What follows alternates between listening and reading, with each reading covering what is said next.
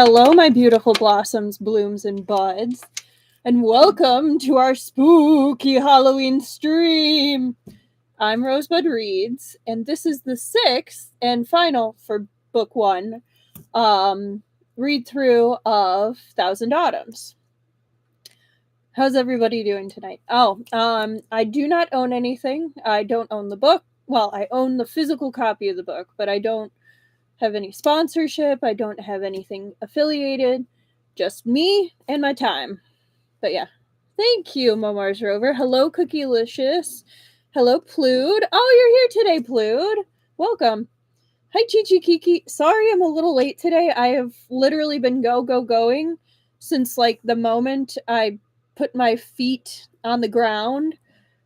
So like it's been crazy. But I'm here. I'm excited. I need to turn on this light back here so it's slightly better.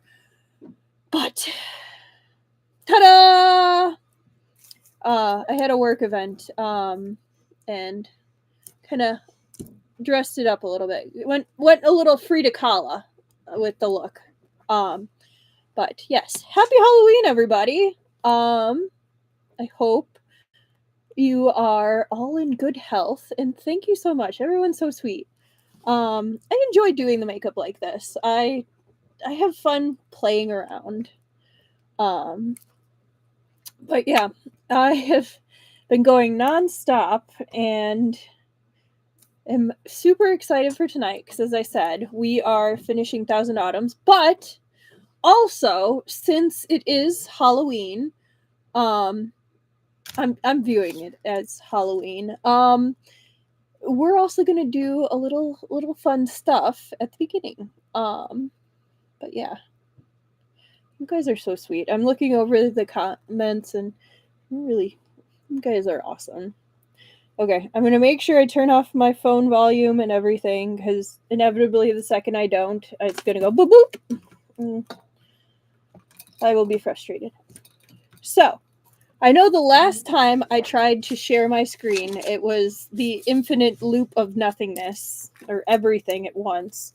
So, I actually tested it off screen, and think I know how to make it work correctly. So what we're going to do tonight is I'm going to actually take a couple Danmei quizzes and see, at least for the first one, like, what Danmei character are you? Because I thought, let's do something a little fun for Halloween. All right, so here we go. Let's give it a try. Not entire. Wait, why are you doing that now? Hang on. Let me see. Now let me try. I just jinxed myself. I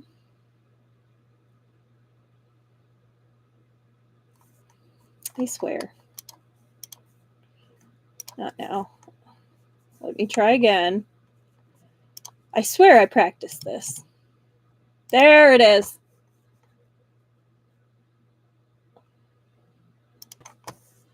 Yes, it's working. Haha. Okay. So. Stay on page. All right. There we go. It's this one. Dinghuai Fuxing 2, and forgot how funny Chen Xing's jealousy was. Oh. I'm looking forward to that then. I haven't started the Dinghuai Fuxing yet, but I'm excited. All right.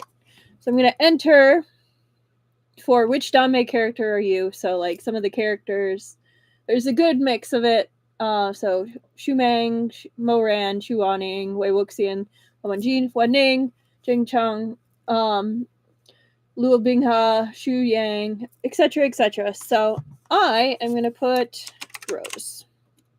All right, let's start.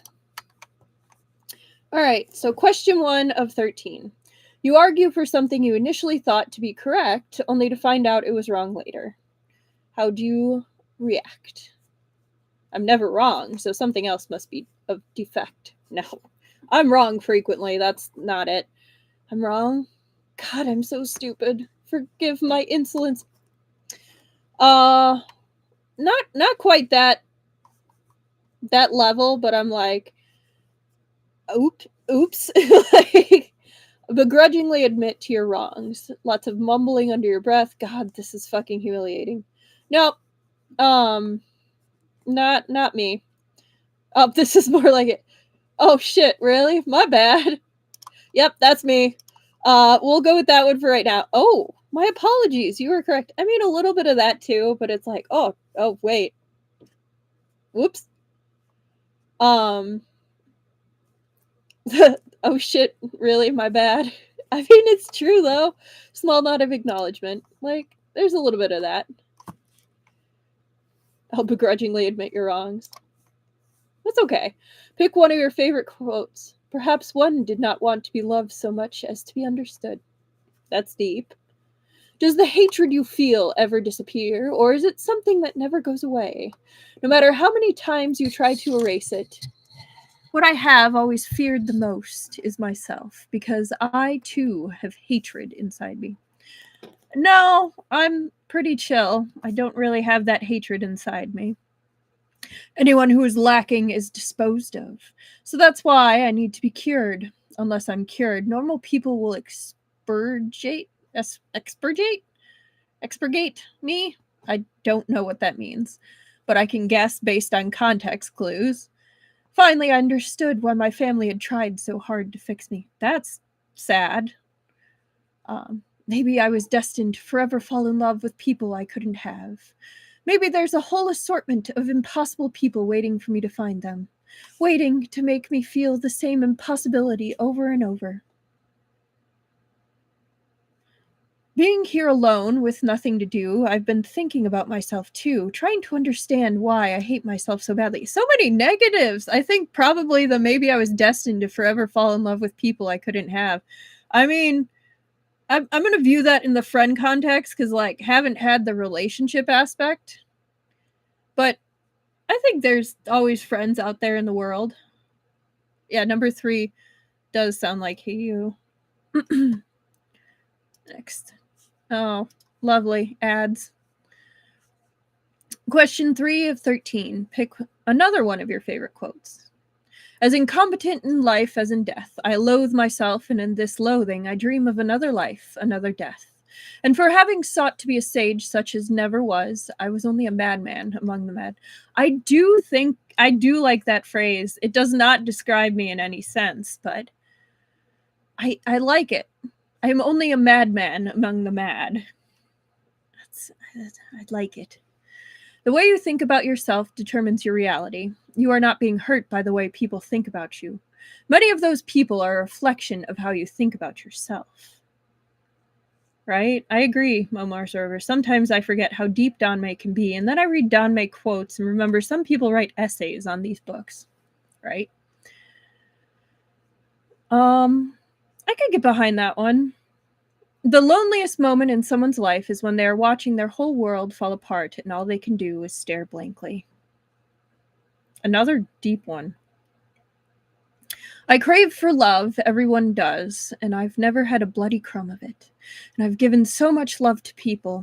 I can really love people. I can. I let them walk over me, but nobody's ever loved me. That's just sad. That hurts. I was a very lonely child, and it's funny, but the first word that comes to my head is starved. Oh, there's more. I felt starved of affection, starved of love, and I felt that it wasn't okay to ask for it. Maybe there was a sense that if I deserved it, it would be there.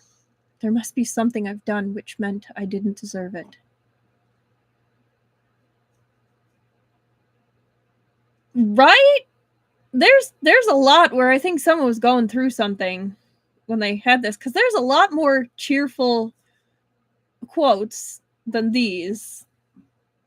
But the mask was a thing on its own, behind which Jack hid, liberated from shame and self-consciousness. Don't cry, it's pathetic. Crying won't help anyone. The world is just that cruel. Yeah, that one hurts. A lot of these hurt, but ow.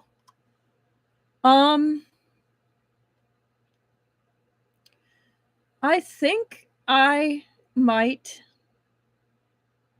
be going between these two.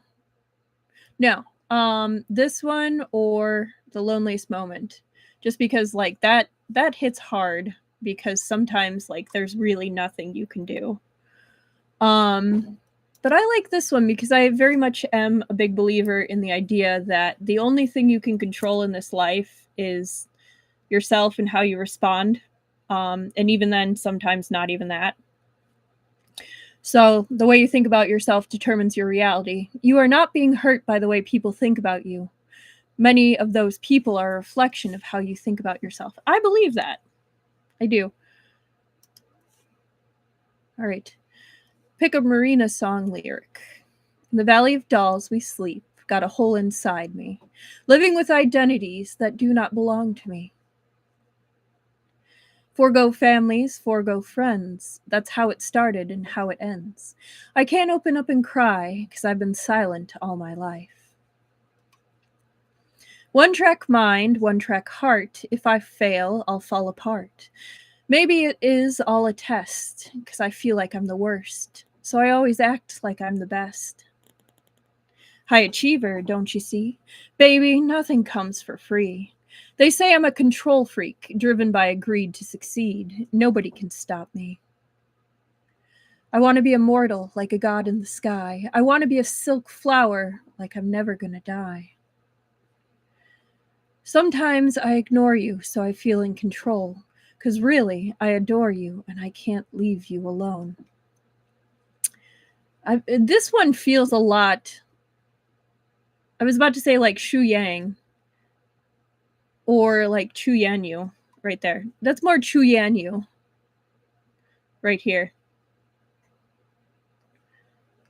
Oh yeah, I agree, Truffle. That response was definitely the most optimistic. My life is a play, is a play, is a play. Yeah, I've been living in a state of dreaming, living in a make-believe land. I've had my share of beautiful men, but I'm still young and I want to love again. It's difficult to say goodbye and easier to live a lover's lie.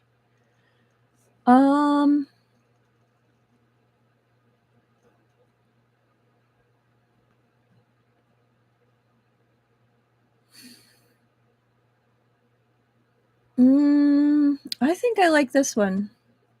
My life is a play, is a play, is a play. Yeah, I've been living in the state of dreaming, living in a make-believe land. Sometimes shit just doesn't feel real, especially in this current day and age. Like, there's a lot of crazy out there right now. And, like, not the fun crazy where it's like, oh, they're a little kooky. It's like, no, the scary crazy where it's like, I don't know what is happening anymore. Why do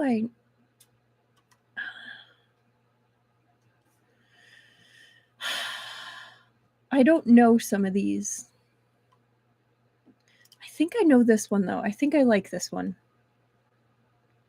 I'm going to go with this one. Thank you, Momar's Rover. I actually, once upon a time, I actually did a lot of freeform poetry. So thank you. A long time ago.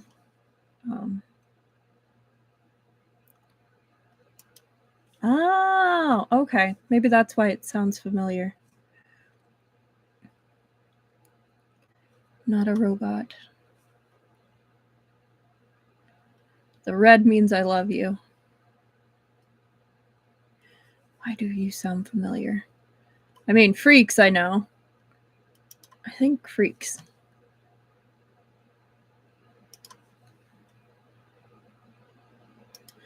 I'm so bad because, like, I'll know the song if I hear it, but I don't want to get, like, copyright striked.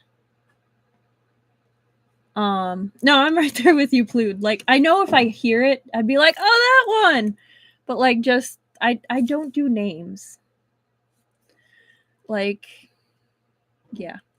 Which of the followings are you most insecure about? I feel like nobody knows who I truly am. I feel like I'm constantly playing roles around those close to me to please them. I mean, I feel like we all feel like that sometimes. I feel as though nobody cares about me. I am not worth caring about. I am unworthy of care. Thankfully not. And if any of you do feel like that, we care about you. And so I hope you know that. Like, I mean, same, Plude. Or just like really obscure music that I just somehow come across and I'm like, I like this. Or funk. Like Eurofunk. Really started to like Spanish funk, which is coming around. Like, I know there's a lot of different levels of it. I actually broke my ankle to Dark Heart Surgery, which is by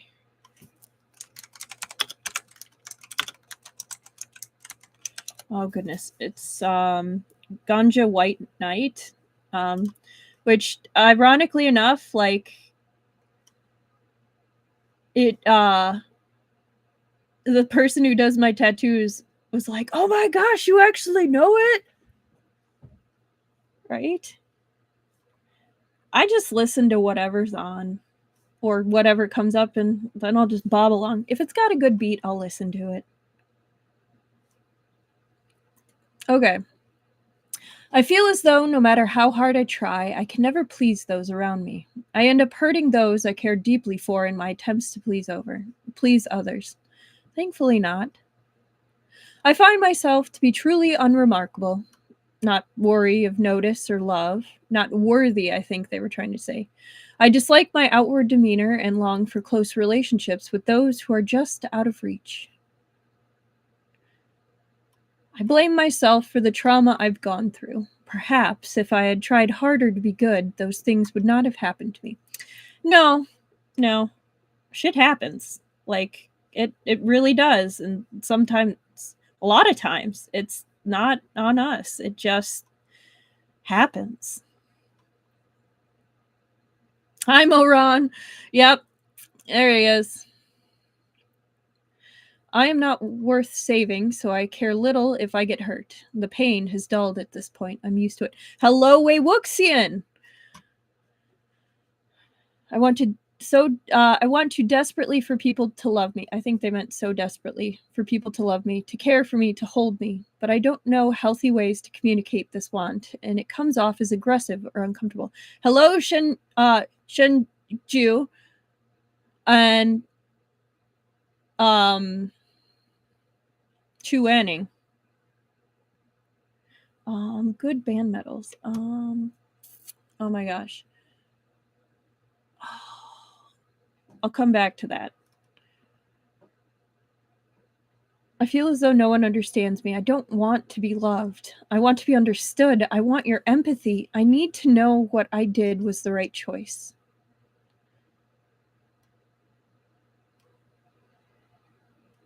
I think I found mine. I want desperately to be there for others, but I worry about coming off as too much. I do not want to irritate those I love. I simply want to be present for them.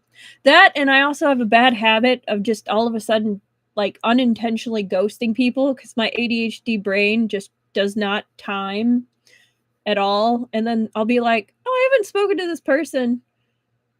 Oh, it's been 2 months. Hello. But yeah. Whoops.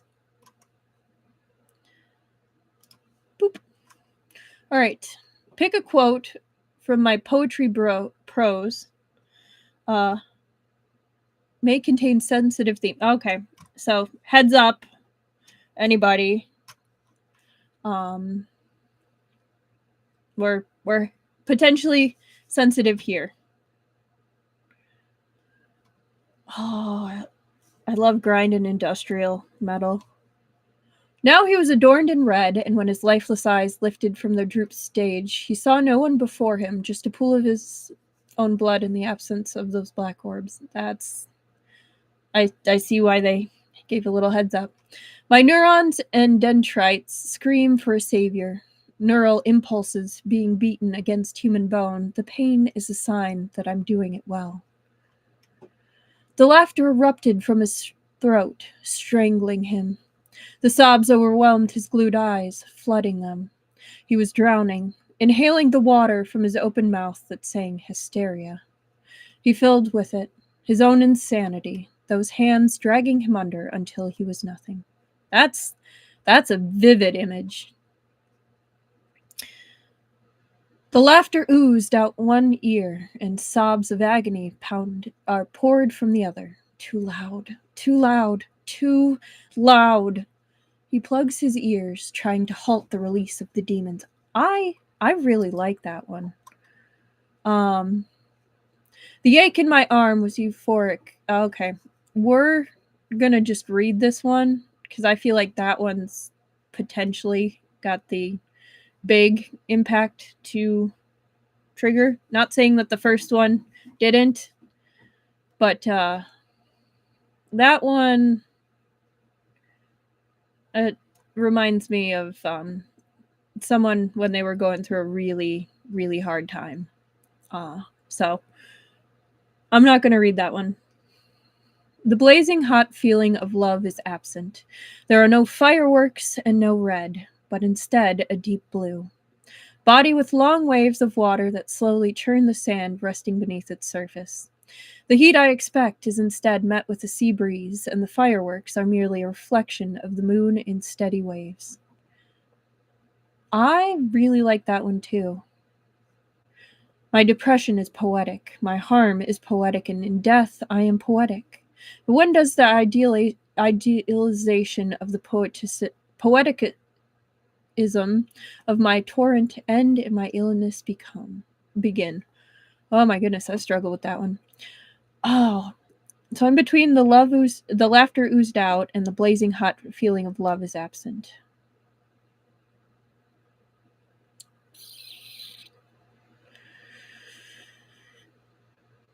I think I'm going to stick with the laughter oozed out, but this is a second choice. Oh, goodness, ads. What type of character would you be? Cold on the outside, secret softy with a heart bigger than the globe. You have a difficult time expressing yourself. Nope, not me. The arrogant, cocky character with a dash of immense insecurity regarding their status and abilities. Congrats on the overcompensation. No. You're a bit cold, but you have quite the attitude. No need to be so feisty all the time. No. You desperately crave the attention and love of others, and you're willing to go about getting it in unhealthy ways. That's giving way Wuxian. Very kind and polite character with a shit-fucking backstory. Seriously, go to therapy. I mean, probably. Maybe that.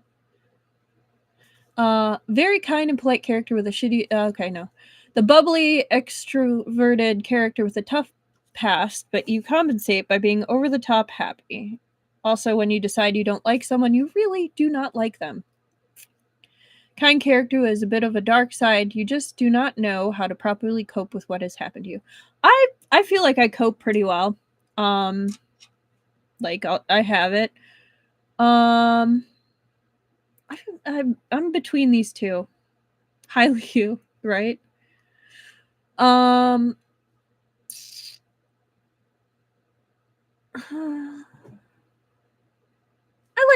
think I'm gonna do bubbly extroverted. Like I'm like a weird. I say either introverted extrovert or extroverted introvert. Just because, like, when I'm done, I'm done. Like, which is very introvert behavior. But like, I enjoy being around people. I do. So we're gonna go with that one. Oh, love, acceptance, understanding, comfort, hate, forgiveness, or friendship.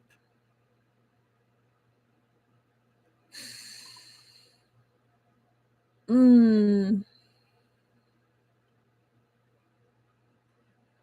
think I'm going to go between acceptance and understanding because those are so important. Like that and forgiveness. Like, I think I'm going to go with acceptance because, like, you can understand and not accept it. But if you don't accept it, it's Not quite there. Pick an instrumental song. Yes, look it up. Just listen to it for a bit. I'm going to do Run Boy Run because I used to listen to that so long. The Nocturnal Waltz is also good. I think I know Honey Lemon. Yes. That was like so much a time. Pick a quote from my event account. May contain triggering content. I'm going to just read these internally, and you can read them as well.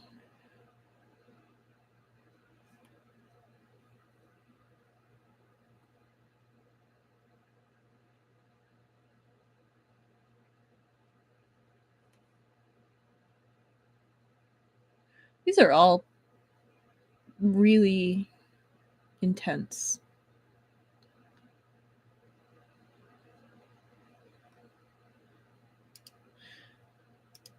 Okay. I am going to go the interesting visual way. I feel like I have bees bumbling around in my chest, and their little wings are creating wind in my chest and making it harder and harder for me to breathe. This was really intense. Really intense. Are you okay? Like, really? I got Moran. I am honestly shocked about that. Wow. Hello, Moran. Although, where would you like to start? Want to talk about your strange attachments to others? How you love with your entire heart or hate down to your last bone?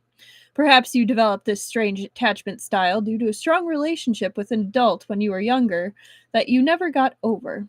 Maybe someone hurt that person you loved. Everything was so black and white back then, wasn't it? What about all those horrible choices you made as an act of revenge? They deserved it, right? You were just a kid. That person you loved did nothing wrong. The people you adore are always wronged. Why are you the evil one when you stoop to their level? I do not have an answer for you, but maybe if you figured out why you hate yourself so much, you wouldn't feel the need to vent your frustrations on one or a few individuals. It scares you when people genuinely care about you, doesn't it? That's a lot of trauma, hon. Keep destroying yourself and those around you, and you'll really be all alone. You continue to punish yourself, but are you really ever going to forgive yourself? I'll wait. Yeah, I can definitely link the quiz after the stream. I am not sure I agree with this one because I don't think I'm quite as intense of a person as Mo Ron, and I feel like I make semi decent choices about relationships and what to do. I don't think I stoop down to a quite that intense of a level. But yes. You're too chill for Moron, right? But I have other quizzes. So let's do another Danmei quiz. All right. So search quizzes. Danmei.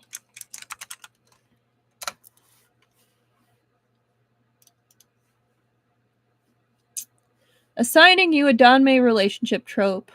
Why you would die in a Xian. Open. Let's see. Yeah, that was definitely a ride. So what type of Danmei fan are you, or why you would die in a Danmei novel? Which one should we do next?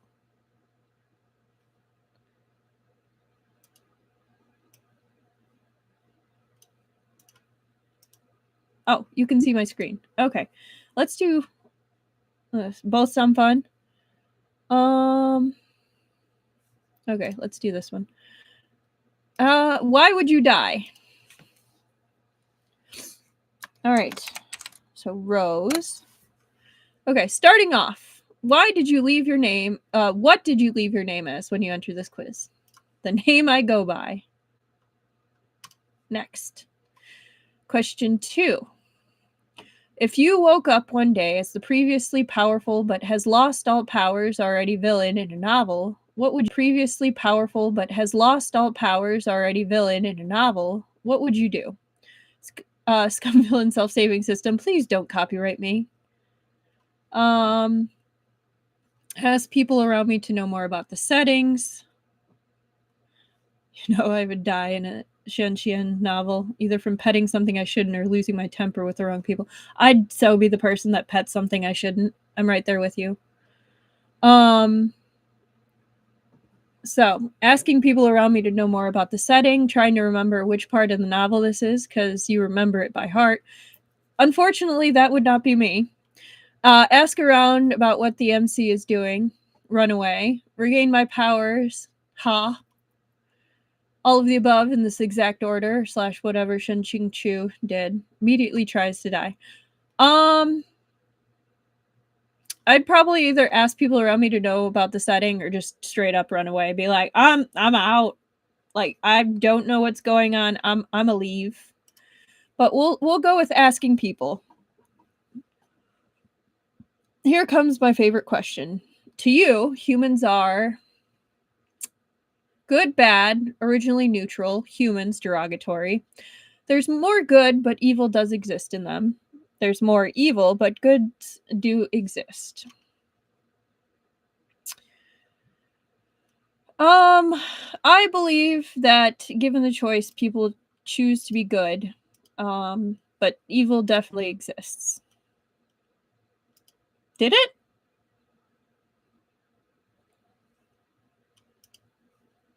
Hang on.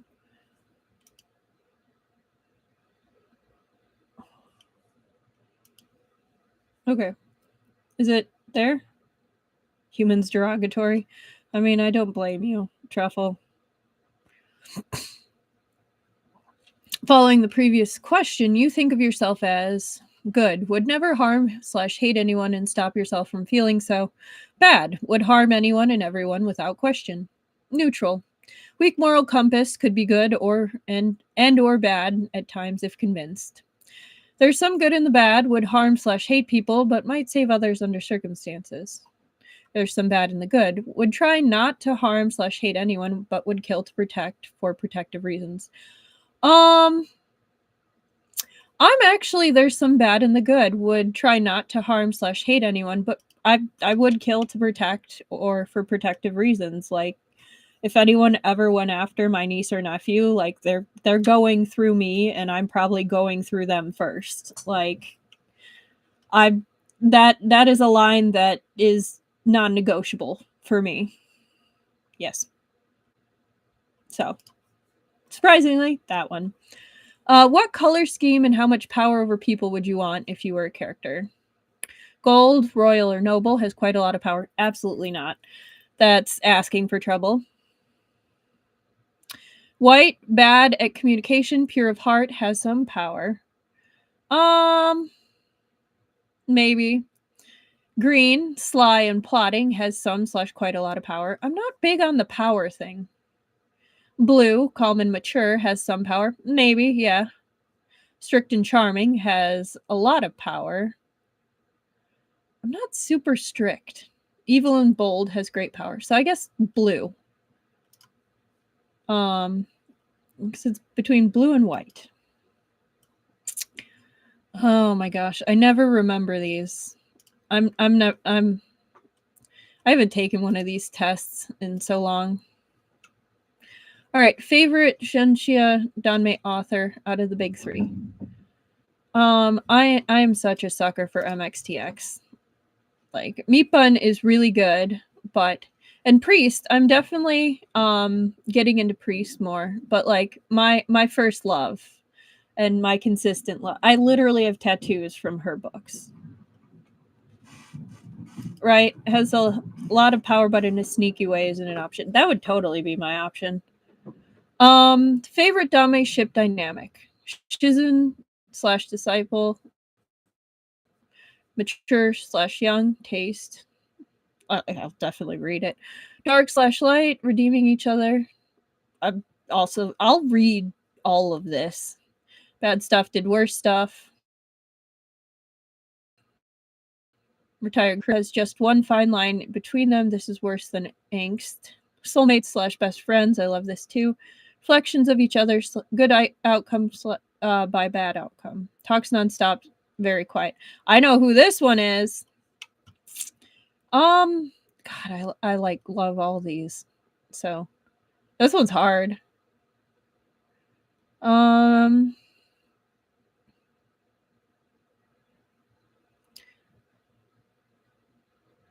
do enjoy like the villain kind of just picks their person, and then there's like I like this one, like the Moby June kind of style ship where it's like this is now my hamster that sticks on my shoulder. This one's mine. Would that technically be light and dark redeeming each other?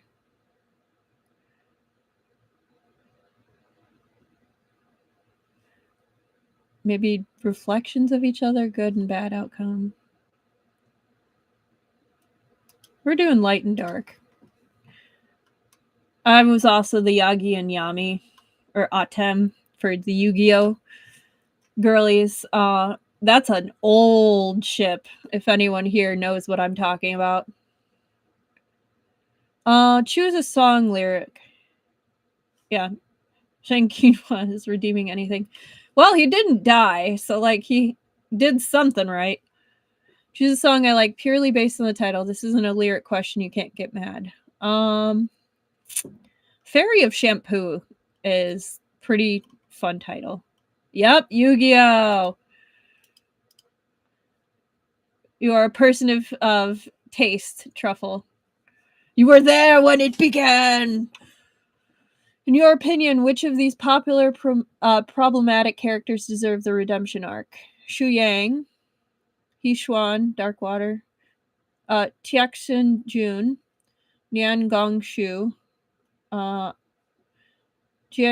Yi Shu. None. I don't know anyone here. I feel ya. The Orichalcos arc, though, like, that arc was chef's kiss. Which probably explains a lot about what stories I like. No, I agree that the fanfic is better. Shocker. I think that the Shu Yang could have been such a good redemption arc because like he cared. Like He Xuan, like I love Beef Leaf, I do. But like I think Shu Yang could have happened. Like not saying Beef Leaf couldn't have, but like I feel like it was there. Okay. No, I feel you there, Truffle. Gundam's like its own class. So my result is because you went against the antagonist, along with the MC, most likely. However, since you are not the MC, you died. All right. So I argue with somebody I shouldn't have. Apparently, 25% of people got you won't because you were forgotten, or 16 was because you're the MC. I was the 13 that got because you went against the antagonist. 12% was because you're not the main CP. 11 was because caused antagonist death. 8% was because you went against the MC. 7 was because they're going to revive you. And 6 was for the general good. I wrote 28 fics after seeing 6 episodes of Gundam Wing. That is how it was back then for sure. Yup. All right, let's do one more quiz and then we'll go ahead and get started. Okay. We already did this. Oh my gosh. Which Modao Sushi Cornetto ice cream flavor are you? Let's do this one. Because it's got that sweet treat and it's our Halloween stream. Okay. Favorite Modao Zushi character. My boy, Lao Wanji is my favorite. I love being Wei Wuxian, but I absolutely adore Lao Wanji, which I guess is technically in character. So, you see a sexy person, what's your reaction? Stare respectfully. Immediately start hitting on them and try to get their number. No. Stare respectfully, probably. Stare not respectfully, no. Run away, no. Try to start a polite conversation, likely, but baka. I'm not a tsundere, but I'd probably either stare or try to start a polite conversation because I'm that person that if you're in a line, I will start talking to you. And it could be something like, man, these prices are ridiculous. Do you play Genshin Impact? I have played Genshin Impact. So, I don't currently, but I have done so. Choose Tumblr quote / post that you just feel. I'm so tired of life. I want to be a Roomba. I want knives taped on me, and I want to be set loose. I have days like that. You cannot kill me in a way that matters is so raw and powerful, but it comes from an incomprehensible shit post about mushrooms. I can see that. I hate making tea because I feel bad for throwing out the tea bag. I'm always like, I should eat this. 7 billion people, 14 billion buttholes. I don't understand that one. My roommate is 2 days younger than me, so I've gotten into a habit of saying, when I was your age, and describing what I did 2 days ago. That's funny. I like big butts and I cannot like. My other brother also likes big butts and cannot tell the truth. How will you escape our dungeon? I think I gotta go. You feel uncomfortable. I often save tea leaves. I try to get at least like 2 cups out of a tea bag. Like, because I feel a little bit of the tea bag situation where it's like I feel bad throwing it out. I think I have to go with the I'm so tired of this life. I want to be a Roomba. I want knives taped on me and I want to be set loose. Just because, like, some days your friends would describe you as loud and extroverted, sweet and laid back, aloof but likable, quiet and reserved, helpful and loyal, calm and friendly. I'm probably between the sweet and laid back and the calm and friendly. Probably the sweet and laid back. Favorite fanfiction trope: enemies to lovers, coffee shop AU, arranged marriage, sex pollen, childhood sweethearts, fix it. Oh. I have one story where Wei Wuxian says, well, I lost a few inches on the top, but they all went to my butt. If you remember the link.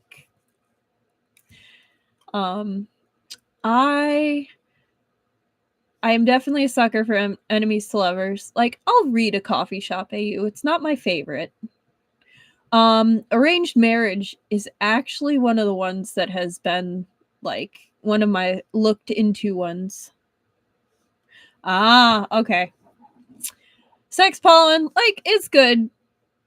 Childhood sweethearts, like, I'll read it. Fix it is, I love Fix It.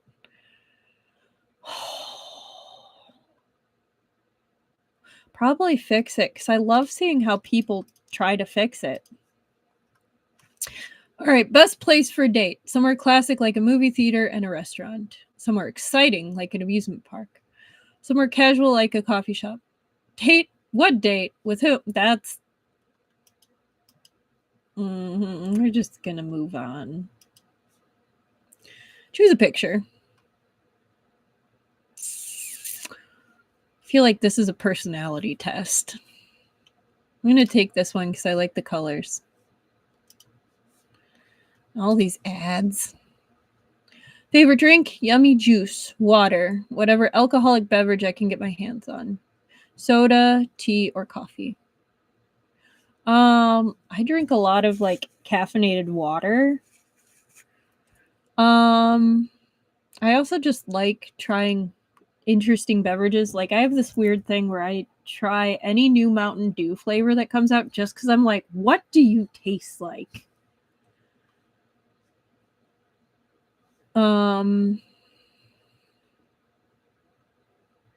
gonna go with yummy juice because I do enjoy juice. How often do you shitpost?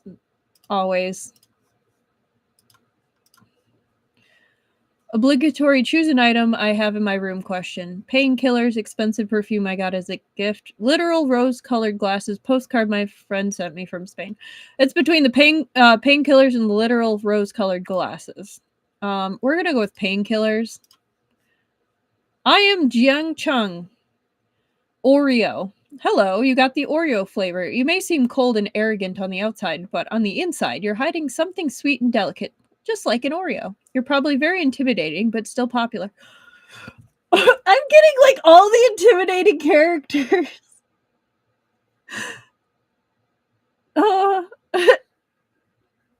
I'll take it. I like Oreos. I just was not expecting Jiang Chung. Now I want to try the Cornetto Oreo Jiang Chung flavor. I am so confused. All right. I'm gonna stop sharing my screen. I bet it's good too. Okay. I also those quizzes are chaotic. I will make sure to actually I'll post it right now. Retake this quiz. How would you die in a Shen Qiao novel?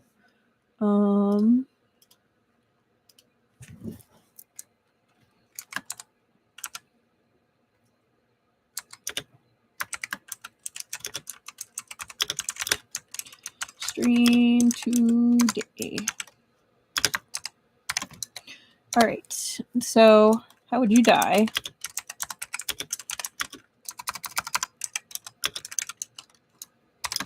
All right. So, there's that one. Which Danmei character? Let's retake. And then just give me one moment. Which Danmei character?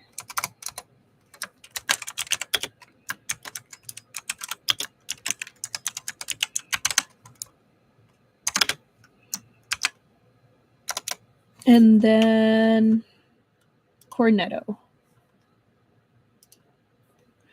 There's also other one. Oof, my voice. Cornetto. Okay. Post. Okay. So the stream, those quiz links. No, I turned off the screen share. That was just being posted into my like Rosebud Reads posts. Sorry, I should have said that. Okay. So, real quick, we'll do the fan fiction recommendations for today.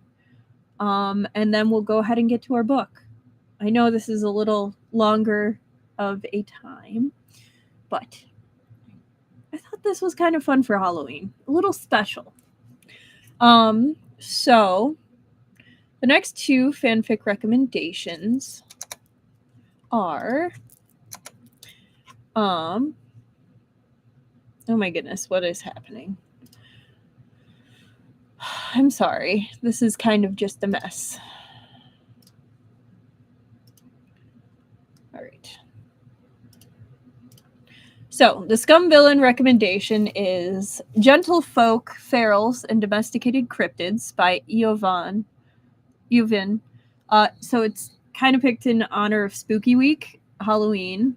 So I thought I'd do a story that's a little bit more supernatural in nature than our usual ones. So this recommendation's more on the silly side as well as a one-shot, so it's a quick read. The official summary is, something disturbs Shen Yuan's sleep in the middle of the night. He lies in bed, completely dazed, cozily wrapped up in his blanket burrito, with his arms hanging over the side of his bed. It is still dark, and his bedroom is shrouded in deep shadow. Suddenly, something unseen seizes his hand. Supernatural beings to Shen Yuan. Hippity hoppity, you are now my property. So, it also has a little note about what inspired it. But that. For the MDZS fic recommendation, I picked Cinders and Crowns by Meng Xi Shi. Basically, why not throw another Disney crossover in? It's complete, and it is a Cinderella MDZS crossover. It's not too dark and a rather quick read, so I hope you enjoy it, but it is spicy. So if you're not 18 plus, I do not recommend it. I cannot recommend it. The summary is, Wei Wuxian lives a humble yet contented life, always finding joy in the small things. His world takes a surprising turn when he meets Lan Wangji, a kind nobleman who captivates his heart, though the mysterious Alpha keeps much of his true self hidden. When the kingdom announces a grand ball for all eligible Omegas, it is an ABO. Again. Everyone knows the crown prince is searching for a wife. Little does Wei Wuxian know the Alpha who has stolen his heart will be waiting for him at the ball. Yes. So those are the recommendations for today. And now we will actually get into our book.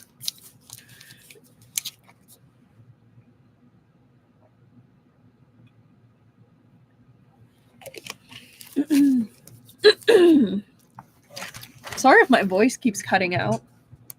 I finally am like over my cold, but like I've been doing a lot of talking today, and it's like the last day of getting over my cold.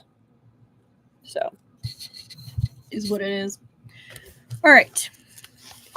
Let me do a timestamp or mark down for timestamp.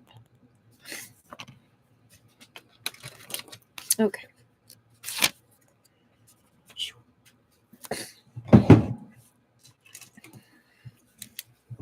We will be starting chapter 28 at 53. Wow, we really chatted for a while. It was a lot of fun, though. Okay, so last time we had Shen Qiao attacking Huo Xijing, who is the face stealer guy, without mercy. And we ended with Huo Xijing having a burst of piercing pain radiating from his back. The pain was beyond unbearable, like a hand was trying to yank his heart straight out of his body. There was nothing Huo Xijing could do but scream. However, Shen Qiao hadn't skewered him through with the cane. It was like an invisible hand had clamped around it, leaving the bamboo cane unable to advance or retreat in the slightest. Shen Qiao's expression transformed. So I did leave you on a bit of a cliffhanger last week. Or last time. It was Tuesday. All right. Chapter 28. He Huan Sect Leader. A fragrance assaulted his nose, and Shen Qiao wrinkled his brows. Reacting with incredible speed, he let go of the bamboo cane. Another use of body to shadow, phase, and replace brought him far away from his original position. So that was a specialized move by his old master, Qifeng Wei. Though it was called body to shadow, phase, and replace, in truth, it was just a highly skilled variant of Qinggong. A mere second after Shen Qiao had let go, his bamboo cane exploded into splinters, the shards shooting straight towards him. If he'd removed his hand half a second later, he would have shattered too.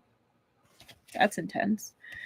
His cane was destroyed, but Shen Qiao didn't hesitate for a moment. His retreat was as swift as a breeze. In an instant, he'd returned the tree he'd first stood beneath. Oh, I think they missed a word. In an instant, he'd returned to the tree he first stood beneath. I think they meant to the tree he'd first stood beneath. At the same time, he raised his sleeves, and the bamboo splinters shooting towards him stopped and fell to the ground, one after another, as if they'd hit an invisible barrier. Am I so poorly informed about the world? When did such an expert arrive in the Jianghu? A woman in white appeared beside Huo Xijing. The sound of laughter and a fragrant wind came with her. She was extraordinarily beautiful. With her white robe and sash fluttering in the breeze, she looked like a celestial being who'd stepped out of a painting from some long-ago dynasty. Only her eyes weren't cold. They were flirtatious, alluring, and liquid. Even her voice was soft and lingering, with a sweetness that seeped into the bone. Every listener felt their hearts grow lighter at the sound. All right, so we have a picture. She's very pretty.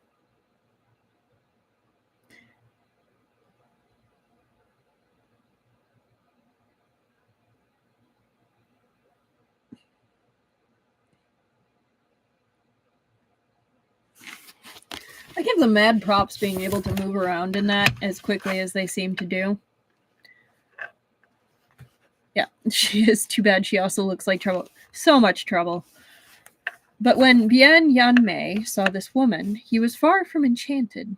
His expression grew even more grim and alarmed. Huo Xijing was on the ground, hacking up blood and thinking his death was imminent, when suddenly he saw this woman. Unlike Bian Yanmei, he was completely overjoyed, practically ecstatic. Sect leader, save me! They're trying to kill me! They really are so skilled, Momars Rover, I agree. He very nearly threw himself over to cling to the woman's thighs and howl like a drowning man latching onto a life-saving branch. Luckily, his last remaining trace of reason prevailed. He stopped dead mid-step and simply pled incessantly for her help. She didn't spare him a glance. Her gaze swept over Shen Qiao and Bian Yanmei before finally landing on Yan Wuxi. Smiling brightly, she said, I last saw Yan Lang 10 years ago. A decade has passed so quickly, but Yang Lang is still as handsome as he was then, as elegant as ever. This one is truly captivated by you. Yan Wuxi didn't respond. Bian Yanmei did. Huo Xijing just killed my servant. Sect leader Yuan's tone makes it sound like you're pretending that never happened. Yuan Shu's eyes twinkled, and she smiled sweetly. Though Huo Xijing is a member of my Hihuan sect, he operates under San Jingxing's orders and has nothing to do with me. I'm here today because I have matters to discuss with sect leader Yan. If sect leader Yan agrees, then I might leave Huo Xijing for your lot to deal with. How about that? Huo Xijing's face filled with horror. Sect leader Yuan's words are so heartless, Bian Yanmei sneered. As the saying goes, one night together begets 100 days devoted. So it's an intimate suffix used to address one's husband or male lover. Oh, they're talking about the Yan Lang. An intimate suffix used to address one's husband or male lover. The Lang. Sect leader Yuan and San Jingxing's relationship is decidedly close, so it's only right that his disciple should be in your good graces as well. If news gets out that you showed no concern whether he lives or dies, your disciples will be bitterly disappointed. Yuan Shushu didn't bat an eyelid. If someone else was after his life, of course I wouldn't hand him over. But if Yang Lang wants him, then of course I must grant him this favor. She looked at Yan Wuxi, her eyes full of what looked like infinite tenderness and affection. It's been 10 years, but Yan Lang won't say even a word to me. If any other woman looked at him like that, Bian Yanmei might have really believed that there was something between her and his master. But He Huan sect came from the same source as Huan Yue sect. Bian Yanmei knew very well that in her every word, even every expression, a charm technique was woven. But it was one thing to know it, another to witness. Every time Bian Yanmei heard her speak or even glimpsed her smile, his heart fluttered despite himself. All he could do was avert his eyes and force himself to not look. "There's one thing that I wanted to tell you for a long time," said Yan Wuxi. That was the wrong voice to do. Yan Shushu's eyes were bright. Please go on, Yan Lang. "If you want to dress up like a celestial woman, you shouldn't make expressions that belong on a whore," said Yan Wuxi. "Other men might take to that act, but I find it repulsive. And next time we meet, you should cover your face to avoid spoiling my appetite." He is quite something. Bian Yanmei and Shen Qiao were taken aback. Yuan Shushu was aghast. Bian Yanmei struggled painfully to hold in his laughter. Yeah, what a diss! Absolutely. Livid, Yuan Shushu glared at Yan Wuxi like he was a dead man. Yet, after a brief moment, a smile reappeared on her face. "Yan Lang is right. I'll change my dress as soon as I return. Whatever Yan Lang likes, I'll change into that. Whatever makes you happy." Oh, his insults are absolutely fabulous. He's so funny. Like, he's an absolute asshole, but, like, his words cut, and I love it. Yan Wuxi raised his brow. 10 years, but you haven't changed in the slightest. The same honeyed mouth and venomous heart. Yuan Shushu pretended not to hear. Gently, she said, "Can we go somewhere private so that I can tell Yan Lang everything in detail?" He's an asshole with style.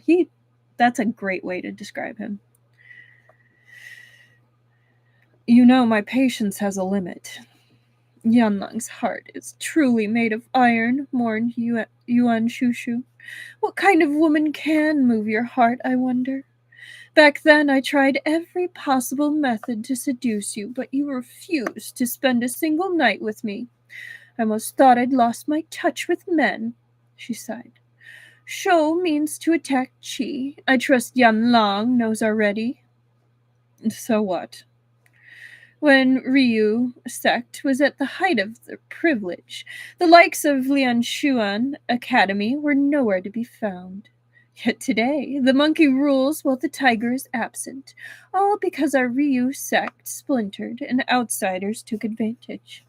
If Huan Yue sect and He Huan sect generally worked together, then that bald donkey Shu Ting and that old pedant Ru Yan Qi Huai wouldn't be no match for us, would they?" Yan Wuxi gave no answer. Also, if that voice gets annoying, like, I'm fine stopping it, but I feel like that's totally how she's talking right now. Yan Wuxi gave no answer. Yuan Shushu was certain that no one else would be able to resist her charm technique. But Yan Wuxi was a powerful martial artist, and he was from a demonic sect as well. No matter how brilliant her technique was, it was useless against him. Despite the hate she hid in her heart, Yan Shushu's affectionate expression didn't falter. "If Yan Lang will convince the Lord of Shou not to attack Qi, this one will do anything for you." "Then pledge allegiance," said Yan Wuxi. Yuan Shushu startled. What?" "I thought you were willing to do anything," he said. "Do away with the name He Huan sect and let Huan Yue sect absorb you. Do that, and I can tell the Emperor of Shou not to attack Qi." Yuan Shushu's smile dimmed just a bit. "Why would Yan Lang be so aggressive? The Anshuan Academy has long wished for Shou and Qi to go to war. Once it happens, southern Chen will reap all the benefits and pay none of the cost. If you'll convince the Emperor of Shou not to attack Qi, I will persuade the Lord of Qi to hand Shou all the land north of both Han and Shuo provinces. Do this, and expanding his territory is a favor the Emperor of Shou is unlikely to forget. How about it? North of Han and Shuo provinces is the Great Wall. If this venerable one recalls correctly, the stretch of land borders the Gokturks' territory. Yuan Shushu still smiled as she said, "To receive such a large area of land without lifting a finger, how could the Lord of Shou refuse? It's only a matter of time before Qi is just a fly caught in a web. Why would the Emperor of Shou forego the larger prize for a small one? Why covet such minuscule gains?" He was at his ease and languid. He answered one statement with one retort. By now, Yuan Shushu finally understood that Yan Wuxi had absolutely no intention of cooperating with Hihuan sect. He was only toying with her. Her smile vanished completely. "Young Long, I never imagined you'd still be so egotistical and conceited. 10 years ago, you were wounded by Kui Yu Wang. Could it be, now that Qiu Yu Wang is dead, you think yourself number one in the world?" Yan Wuxi said, "I don't know if I'm number one, but I'm certainly stronger than you. Sometimes I find it strange, too. Song Jingxing is so ambitious, so why hasn't he replaced you yet? Is he truly content to be your lover?" Yuan Shushu giggled. "You find it strange? Then why not give it a try yourself? Or maybe you're the one of those men with nothing but their looks going for them, completely useless in bed like a spear forged from tin." Ooh, them be fighting words for a lot of people. It was obvious that Yan Wuxi had incited her. Her sleeves were already high and billowing before she finished speaking. Then 10 slender, transparent needles fired at Yan Wuxi and Shen Qiao. They sped faster than raging squall, almost too quick for the naked eye to see. Yuan Shushu didn't believe that the needles alone were enough to injure Yan Wuxi. At once, she swept into the air like a specter, two black, long swords appearing in her hands. Sword glares erupted and hemmed in Yan Wuxi on the left and right. Though Hihuan sect specialized in charm techniques and parasitic cultivation, Yuan Shushu was the sect leader, and her strength was not to be taken lightly. She'd been relegated to the second-to-last position among the top 10 martial artists because she was a woman and because she rarely fought in front of outsiders. But her duel against Yan Wuxi was enough to prove that her strength was greater than her rank. That she could exchange dozens of blows with Yan Wuxi now and not fall behind was proof enough that Yuan Shushu's strength had been greatly underestimated. This was a duel between two grandmasters, intense and spectacular. Bian Yan Mei knew that there was no way to intervene, but he also refused to give up the chance to witness the fight. He watched dazzled and entranced, so absorbed that he forgot himself. Spotting this rare opportunity, Huo Xijing ignored the seriousness of his injuries and decided to beat a hasty retreat. But he'd only used his qigong for a few steps when a wind whistled behind him. By the time he tried to twist his body out of the way, he felt a slight chill at his back. Unthinkingly, he looked down. A blood-splattered branch had skewered him from behind and pierced straight through his heart. Globs of bloody flesh still clinging to the tip of the branch. His heart's flesh. Huo Xijing stared, his eyes bulging. He had on the face of Bian Yanmei's servant, and when he went stiff, it looked incomparably disturbing. He seemed to be in disbelief about dying like this. He wanted to turn around and remember the face of his enemy, but the moment he moved, blood spilled from his mouth. His body collapsed forward onto the ground and lay there, completely still. Huo Xijing, who'd committed countless evils, who'd been taken for a devil, met his end there, in this very place. He himself couldn't accept it. His eyes stayed wide open, even in death. Although Shen Qiao had killed a man, his face showed not a hint of pleasure. He leaned against a nearby trunk and slowly lowered himself to sit. He didn't go back to watch Yan Wuxi and Yuan Shushu's fight, only closed his eyes to rest. And just like that, he simply fell asleep. Dude, this is not the time to be taking a nap. Where did my Kleenex box go? There it is. One moment. Okay. Sorry.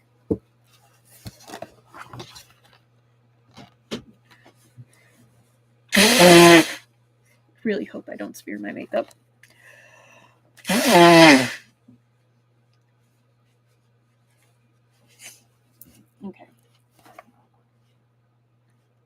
To outsiders who didn't know the full story, it looked like Yuan Shushu had become a sect leader wholly on the basis of her beauty and parasitic practices, not to mention her affair with Sun Jingxing, who used his place as Chu Yu Wang's disciple to help her secure the position. After that, he willingly lowered himself to take his place as one of the elders of Hihuan sect, making him her subordinate. But in reality, anyone who met Yuan Shushu in battle would realize just how wrong all those conjectures were. There was no way this woman had relied on a man to help her become the leader of Hihuan sect, where scheming and infighting ran rampant, and where the strong thronged thick as trees in a forest. But Yuan Shushu was happy to cultivate a soft, weak outer appearance so she never corrected the public's misconceptions. She just used them to deceive her enemies. That's a really smart plan. Rumor had it that she and Shang Song Jingxing were having an affair, that she'd leaned on Zhang Jingxing to become sect leader, but Yan Wuxi knew that the inner workings of Hihuan sect were much more complicated. Yuan Shushu and Zhang Jingxing only got along in public. Such as now, when Zhang Jingxing had ordered Huo Xijing to find Bianyan Mei, they certainly didn't inform Yuan Shushu of the plan. Hence, when Huo Xijing was begging for her help, Yuan Shushu's reaction was lukewarm. A decade ago, Yan Wuxi had dueled her. Back then, he'd managed to take the upper hand, but only barely. And now, a decade later, he was much stronger. But so was she. The members of Hihuan sect also cultivated the Fenglin scriptures. Yuan Shushu was certainly not up to Yan Wuxi's level there, but she'd scaled great heights nonetheless. Furthermore, back when Riyue sect had fractured, Hihuan sect's quick actions netted them a book called the Hihuan Text. In it were recorded techniques for pair and parasitic cultivation. This was Hihuan sect's namesake. But few people knew that the Hihuan text didn't only include sexual techniques, but also internal cultivation methods and swordplay. Yuan Shushu carried 2 swords with her, and her fighting style was evolved from sword techniques that were based on pair cultivation. So that's also translated into dual cultivation.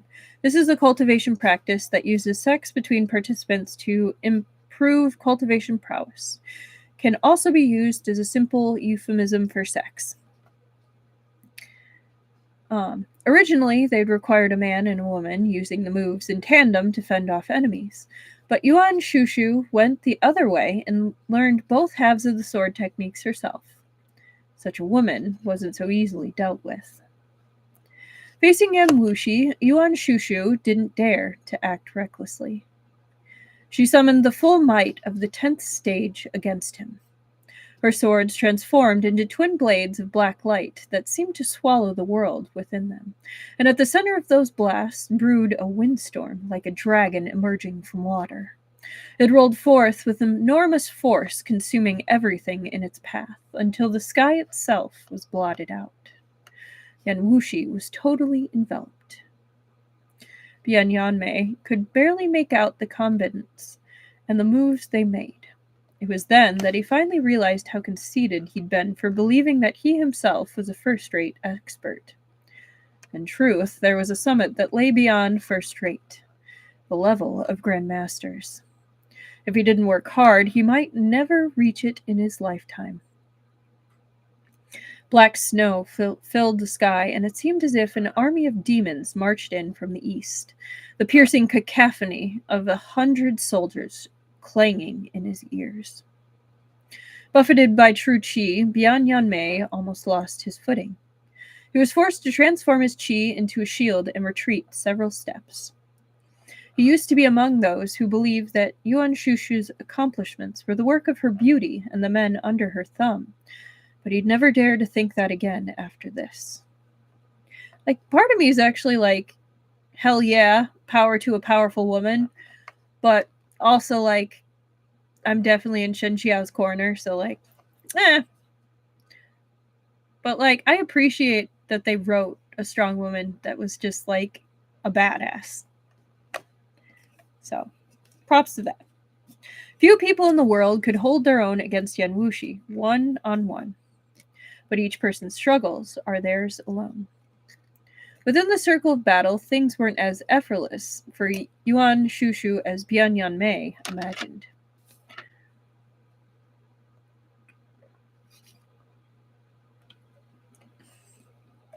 She was already bringing to bear all her true chi. Her swords melted from solid to shadow as they left her hands, soaring around and turning substantial whenever she wished. But some sort of invisible gravity was at work around Yan Wuxi, and no matter how she attacked, she couldn't break through.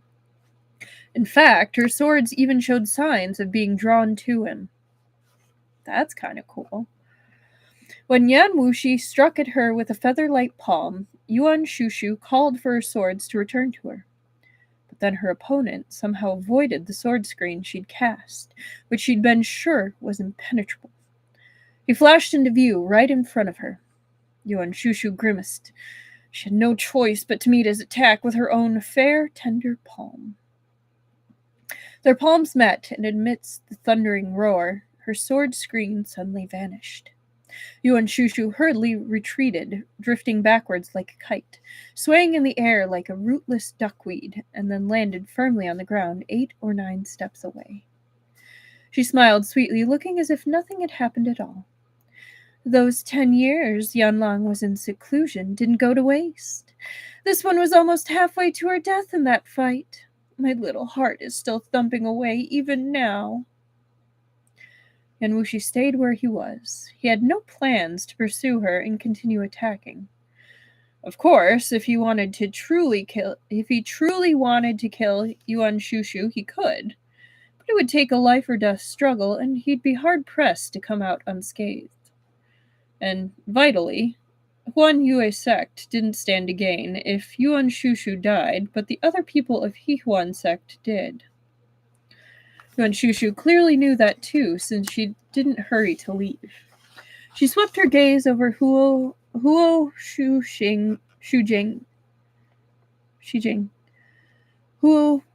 Xijing's corpse, and only then did her expression shift minutely. You should check with the owner before hitting their dog. Huo Xijing held quite a high position within our sect, and yet Nianlang's people killed him, just like that. Even though Bian Yanmei hadn't personally killed Huo Xijing, he didn't need to show her respect while his master was present. Huo Xijing killed my servant, he said. Didn't he deserve to die? Huan sect killed and injured so many Huan Yue sect members over the years. Would sect leader Yuan like to settle all those accounts at once? But Yuan Shushu only laughed. Judging by that, you weren't the one who killed him. Her moods could change in a flash, and when she took action, she needed only an instant. While chatting and smiling sweetly before even finishing her sentence, she already sped over to Shen Qiao and was reaching for his throat. Shen Qiao was simply too tired. So tired that he couldn't help falling asleep beneath the tree after killing Huo Xijing. But, as a martial artist, he still had his intuition and an instinct for danger. When Yuan Shushu struck at him, he perceived it. A normal person would open their eyes first to assess the situation before reacting, but Shen Qiao didn't open his eyes at all. He grabbed the tree trunk straight away and whipped around behind it, using it as a shield. During this little gap, in the twinkling of an eye, 5 claw marks appeared on the trunk. Yuan Shushu didn't slash them into the trunk with her hand. They were from her true chi, but if Shen Qiao had reacted just a half of step slower, she'd have clawed through his throat. Though Shen Qiao had avoided the first stroke, he couldn't dodge the second. Before he could catch his breath, a palm strike came for him. Shen Qiao's bamboo cane was already destroyed, leaving him without a weapon. There was no time to escape either. He had to meet the enemy directly. But he was only at half strength. He'd have been more than a match for some ordinary martial expert, but against a grandmaster like Yuan Shushu, he had no chance of victory. The moment they met, Shen Qiao immediately fell back.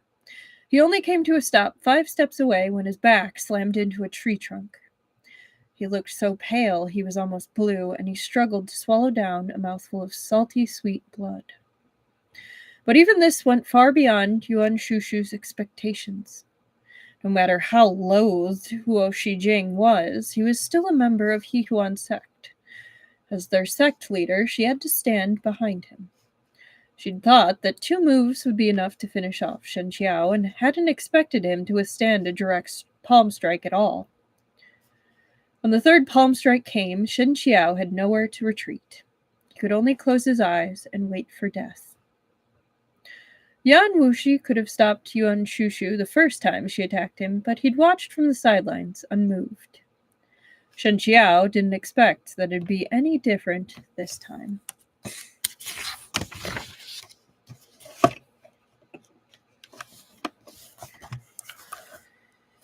Okay.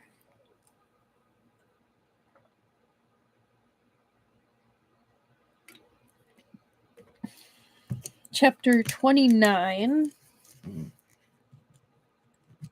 Come on, pen.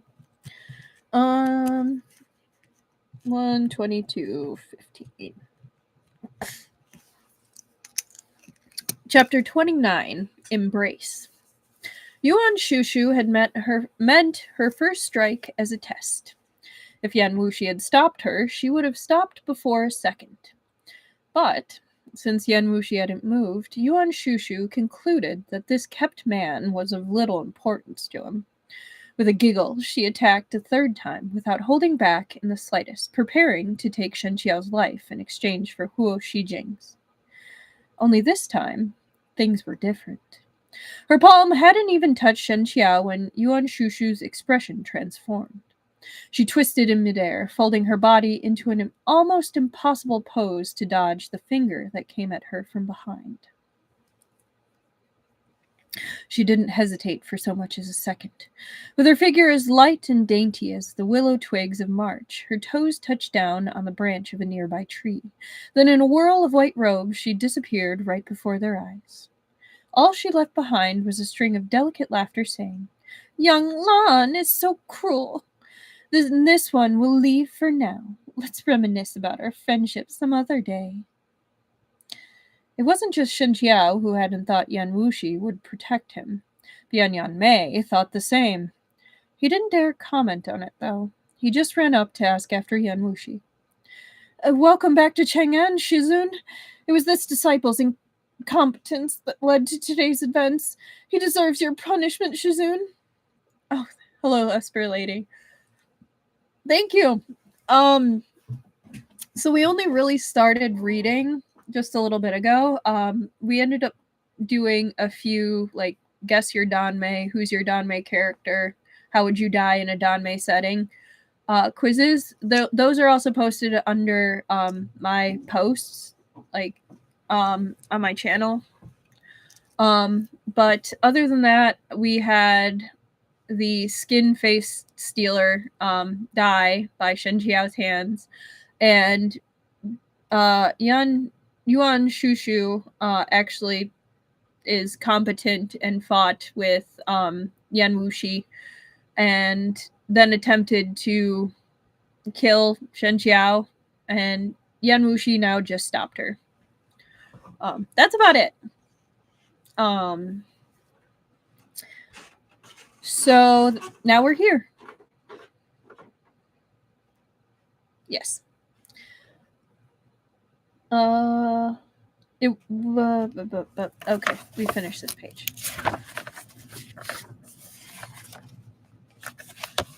Yan Wuxi didn't answer. Instead, he helped Shen Qiao up. Are you all right? Shen Qiao shook his head without replying. He was too weak to say anything. Yan Wuxi simply picked him up by the waist. By this point, Shen Qiao was half unconscious, and as he had lost the ability to struggle, he looked especially loose-limbed. Let's head back to the city first, Yan Wuxi told Bian Yanmei. Bian Yanmei, meanwhile, grew privately bewildered as he watched Yan Wuxi. When Shen Qiao had appeared with Yan Wuxi at the start of all of this, he hadn't thought much of it, and he'd been too engrossed in Yan Wuxi and Yuan Shushu's duel to notice when Shen Qiao killed Huo Xijing. Finally, when Yuan Shushu attacked Shen Qiao and he'd seen Yan Wuxi standing there unmoved, Bian Yanmei had taken his lead and watched idly from the sidelines. But the situation hadn't unfolded in the direction he'd expected. Bian Yanmei was a little confused. On the road back to the city, he took a chance and asked, Shizun, how should I address this man? He's Shen Qiao, said Yan Wuxi. Bian Yanmei lowered his head in thought. That name sounded rather familiar.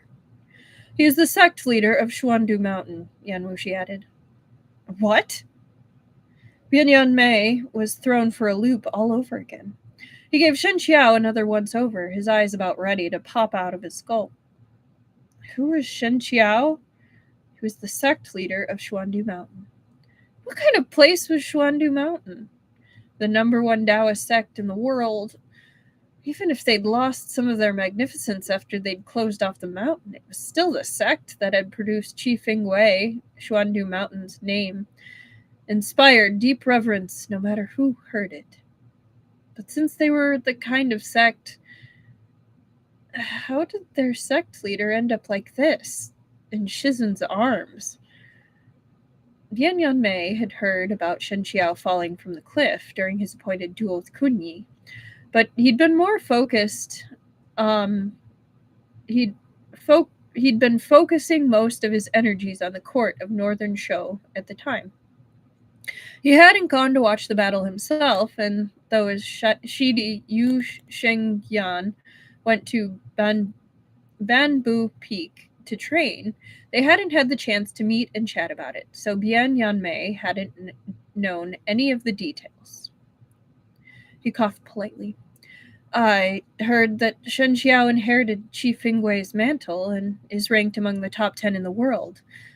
Why couldn't he even take 3 strikes from Yuan Shushu? Only half of his martial arts are left. Besides, lately I've been keeping him busy at night, so he hasn't been sleeping much. It's natural that he's a bit tired during the day. He's such an asshole. He totally knows what's being implied. He only glossed over the topic, but Bian Yanmei couldn't help but read into it. That right there. What did he mean, keeping him busy at night, and hasn't been sleeping much? It's wording like that. Of course he misunderstood. Right? He's so purposely doing this. The actual situation was like this. Yan Wuxi had been forcing Shen Qiao to spar with him of late, and in order to wring Shen Qiao's potential out, Yan Wuxi never went easy on him. Consequently, Shen Qiao had to use all his energy to meet the challenge, and time and again he was pulled back from the verge of death. Then, during the day, Yan Wuxi forced him to discuss martial topics such as demonic cores and Taoist cores. After many days of this, his body couldn't take it anymore, and so he hadn't been able to stop himself from falling asleep after killing Huo Xijing. Wink wonk. I saw the wink wink. I know you're trying to say wink wink. It's all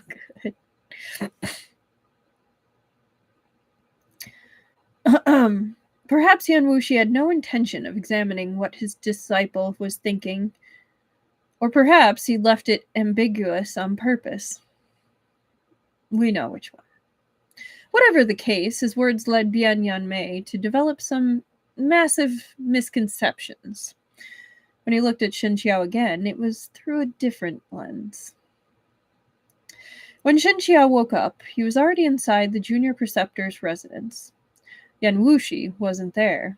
He'd been called away by the Emperor of Shou, but Bian Yanmei had taken a great interest in Shen Qiao and decided to dawdle there a while longer, in no hurry to leave. Yeah, that's not ambitious. That he's totally lying for fun. Yeah. That was how Bian Yanmei discovered that a sleeping Shen Qiao and a wide-awake Shen Qiao were completely different. Well, of course, it's very different. Unconscious, Shen Qiao looked soft and harmless, like a pushover. Anyone who'd seen him in Yan Wuxi's arms like that would have misunderstood their relationship. Bian Yanmei's thoughts had also gone down that path. After the incident, he'd sent some people to look into the story, then combined it with what he'd seen and heard. He easily came to the conclusion that this sect leader of Xuandu Mountain had been gravely injured after losing to Kunyi. Lacking the face to return to Xuandu Mountain, and having met Shizun, Shen Qiao put up a token resistance before agreeing to become Shizun's kept man. Thus, he'd gained Shizun's protection. As such a thing was rather dishonorable, he dared not expose his identity to outsiders, and certainly didn't dare to spread word of his circumstances. But when Bian Yanmei saw Shen Qiao awake and neatly dressed, sitting at the table, he was no longer so sure of his conjecture. Because, although the man's complexion was as pale as before, his eyes dull, and his face so pretty it was practically otherworldly, it was very hard to connect him to the image of a kept man who relied on others for his survival. Sect leader Shen has come a long way to be our guest, but I'm afraid that Shizun will be busy for the next few days. You can stay here at the junior preceptor's residence. If you have need of anything, just tell the servants. Thank you, Bian Xian Sheng. I've been a lot of trouble for you. Bian Yanmei burst out laughing. Shizun brought you here with him. The junior preceptor's residence belongs to Shizun, so this is all part of my job. What trouble is there to speak of? I like him. Bian Yanmei seems like, for a demonic cultivator, to be pretty chill. He was a little disappointed at that moment, thinking of Qi Fenggui's magnificence in the world's #1 martial artist, and how his disciple had been reduced to a kept man. It was beyond pitiable. If he'd died in battle back at the beginning, all his troubles would have been over, and he'd leave a tragic and glorious legacy behind. And now he was living such an ignoble existence. How awful was that? Shen Qiao shook his head. I killed Huo Xijing because he was bristling with evil, and his sins were unpardonable. The only way I could prevent him from ruining more lives was to stop a killer by killing him myself. But Huo Xijing was a member of Yihuan sect. I hope it won't complicate things for you. Bian Yanmei hadn't thought that was what Shen Qiao had been referring to. He froze for a moment, then said, Yihuan sect has been at odds with Huan Yue sect for a long time, and Huo Xijing also killed my servant. If anything, I ought to thank sect leader Shen for killing him. Shen Qiao smiled in self-ridicule. If someone wanted to kill a person, I would normally try to talk them out of doing it. How hypocritical of me. But running into someone like Huo Xijing, I was the one who couldn't restrain myself. Clearly, all the cultivation I'd done for my mind and temperament was just me lying to myself. His complexion was bloodless and pale, and he looked exhausted. Even his words of self-ridicule sounded mild and meek, and lacked any real heat. Despite himself, Bian Yanmei felt a trace of pity well up inside him. So he took to comforting Shen Qiao. Actually, Confucians have this saying too. If you repay evil with virtue, how could you repay virtue? Huo Xijing was absolutely sinister. Even though we all came from the noble discipline, I had no good feelings towards him. A lot of people would probably thank you for his death. The two of them chatted for a while longer before Bian Yanmei noticed how fatigued Shen Qiao looked. Only then did he get up and take his leave. Once he exited the door and was greeted by the cool wind against his face, he snapped out of it and remembered that when he first went in, he'd looked down on Shen Qiao to some extent. After their conversation, not only was his contempt completely gone, he even felt that Shen Qiao was rather amiable. Bian Yanmei couldn't help but feel close to him. Yeah, I like Bian Yanmei. Bian Yanmei.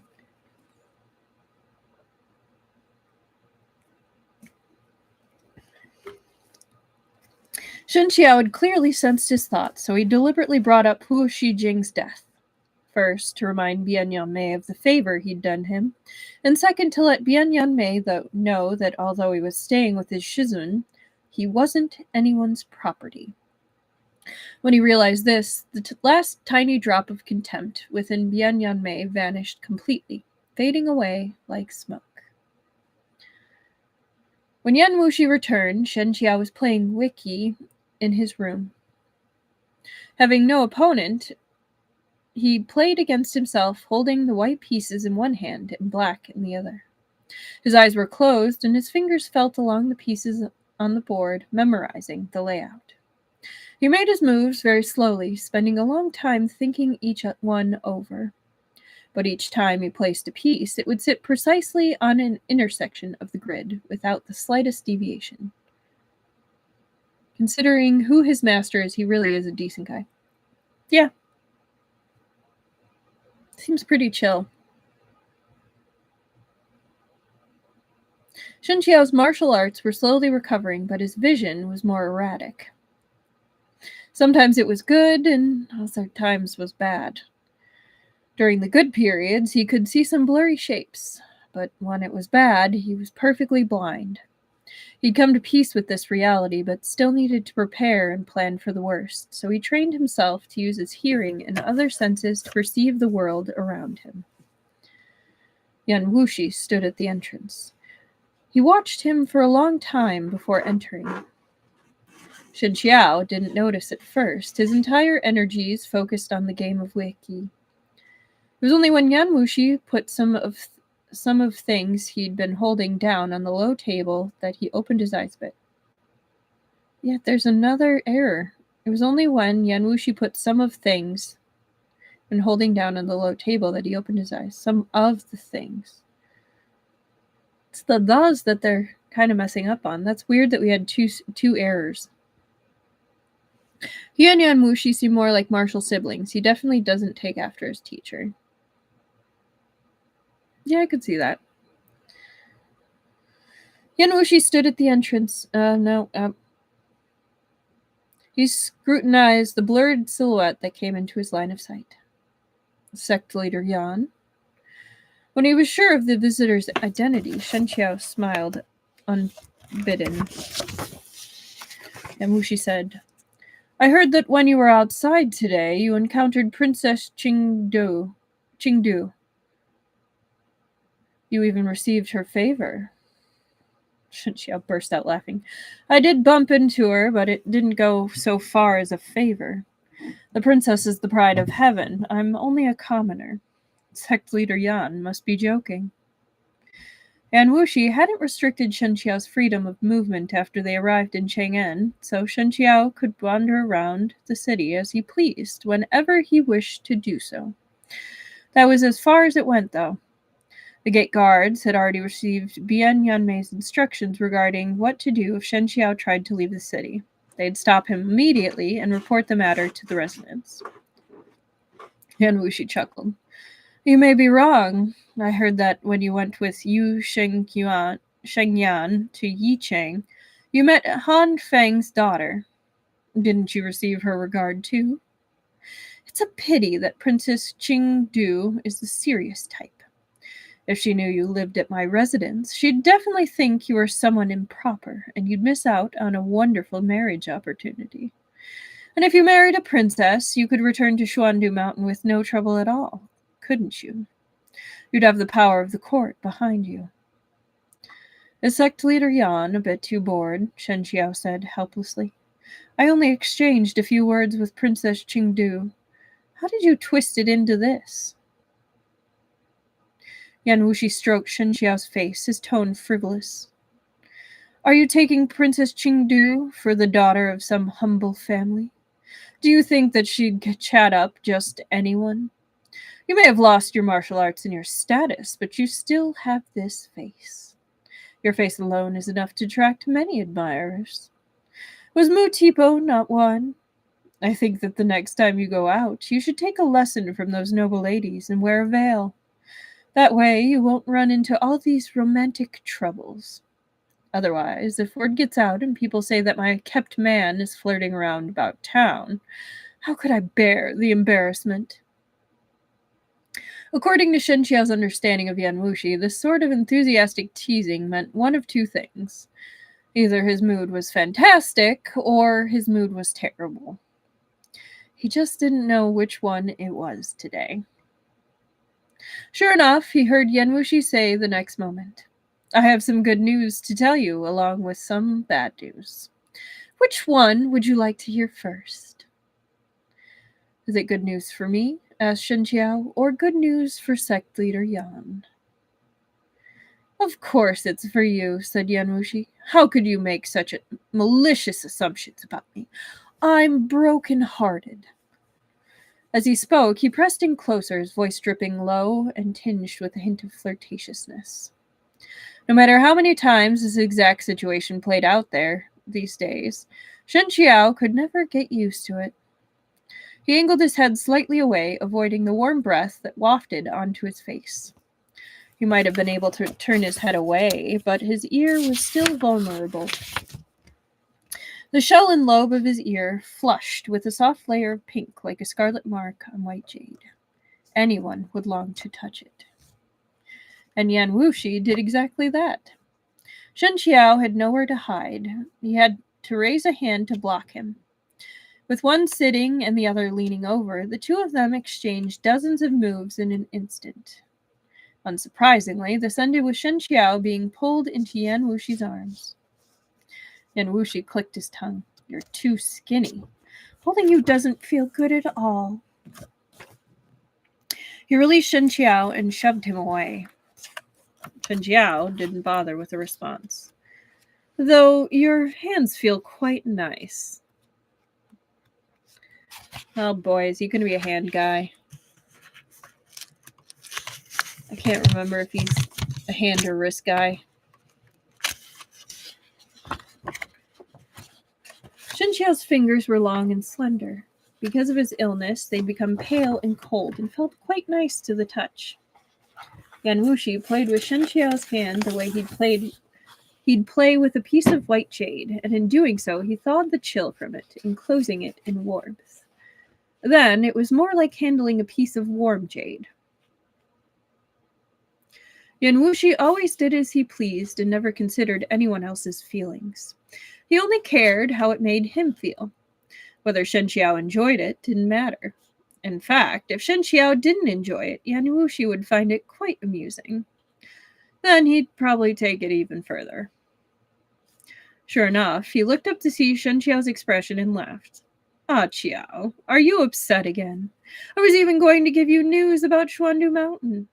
Don't you want to know what it is? While Yan Wuxi's guard was down, Shen Qiao took the chance to snatch his fingers away, then smoothly pulled his hand back and tucked it into his sleeve, refusing to show another inch of it. Yan Wuxi looked at his sleeve a little sadly before saying, It's unfortunate you left Xuandu Mountain straight away instead of staying to check out the Jade Terrace discussion.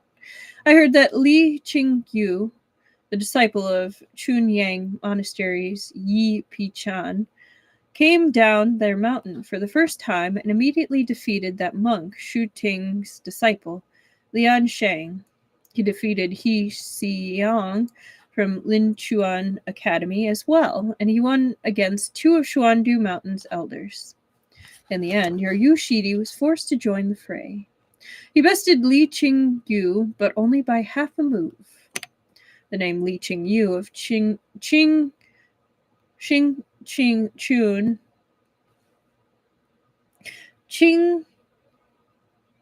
Chang Mountain's Chu Yang Monastery shocked the entire audience that day.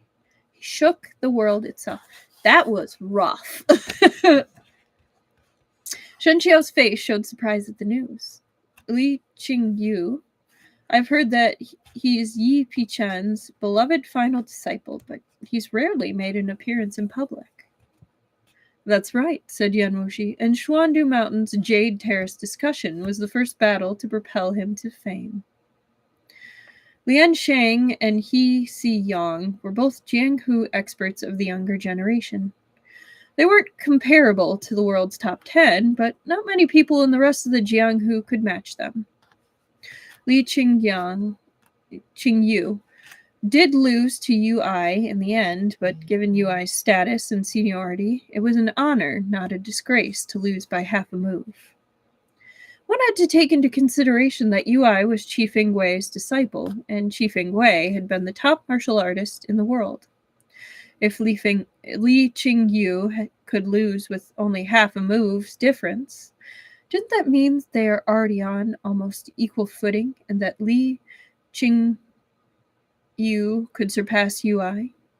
He was very young, and this was his first time leaving his sex mountain to enter the secular world, yet he'd already achieved so much. Given enough time, who's to say he wouldn't become the new #1 martial artist in the world? Meanwhile, as far as Xuandu Mountain went, first of all, Shen Qiao had fallen to Kunyi. Of course, there were extenuating circumstances, but outsiders didn't know the full story, so they just believed that Shen Qiao was unworthy of his name, that his martial arts must have been far inferior to his master's. Then Ui had invited the world's Taoist sects to the Jade Terrace discussion in order to officially announce Xuandu Mountain's re-entry into the secular world, and incidentally to build up Xuandu Mountain's reputation through combat, leaving the public in awe. No one predicted that someone like Li Qingyu would show up at just the wrong time. Not only did the Jade Terrace discussion not rekindle the public's awe for Xuandu Mountain, it established a reputation for Li Qingyu instead. Which wasn't to say that Xuandu Mountain had fallen to a second or third-rate sect after this, but it could only feel like a calamitous bout of bad luck to Ui and the others. When outsiders mention Xuandu Mountain now, it would inevitably be with a bit more delicacy and a bit less reverence. After all, there was only one Qi Fenghui. Xuandu Mountain couldn't return to its former magnificence without him. No wonder he'd sealed off the mountain and made his exit from the secular world. He must have known long ago that the next generation of disciples would be disappointing, so he'd been forced to make this unwise decision. That was what everyone would think. Shen Qiao was keen and perceptive. Yan Wuxi had barely said anything, but he'd already guessed much of what was going on between the lines. He's learning fast. You have to give him that.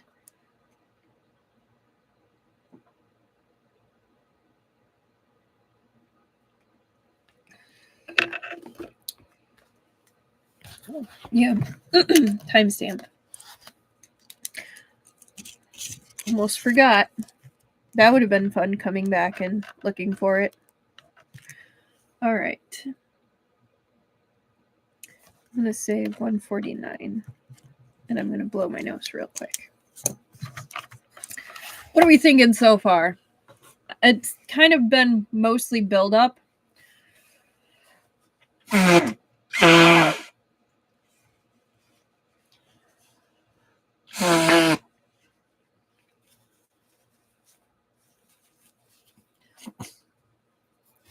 But I think it's still necessary.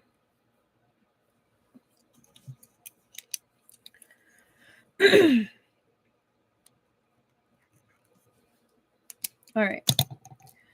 Chapter 30. Attending the Banquet. Shen Qiao said, I'd heard a while ago that Yi Chen accepted a disciple in his late years. A gifted genius with incredible foundations who'd already read and memorized every book in Chunyang Monastery at 15 years old.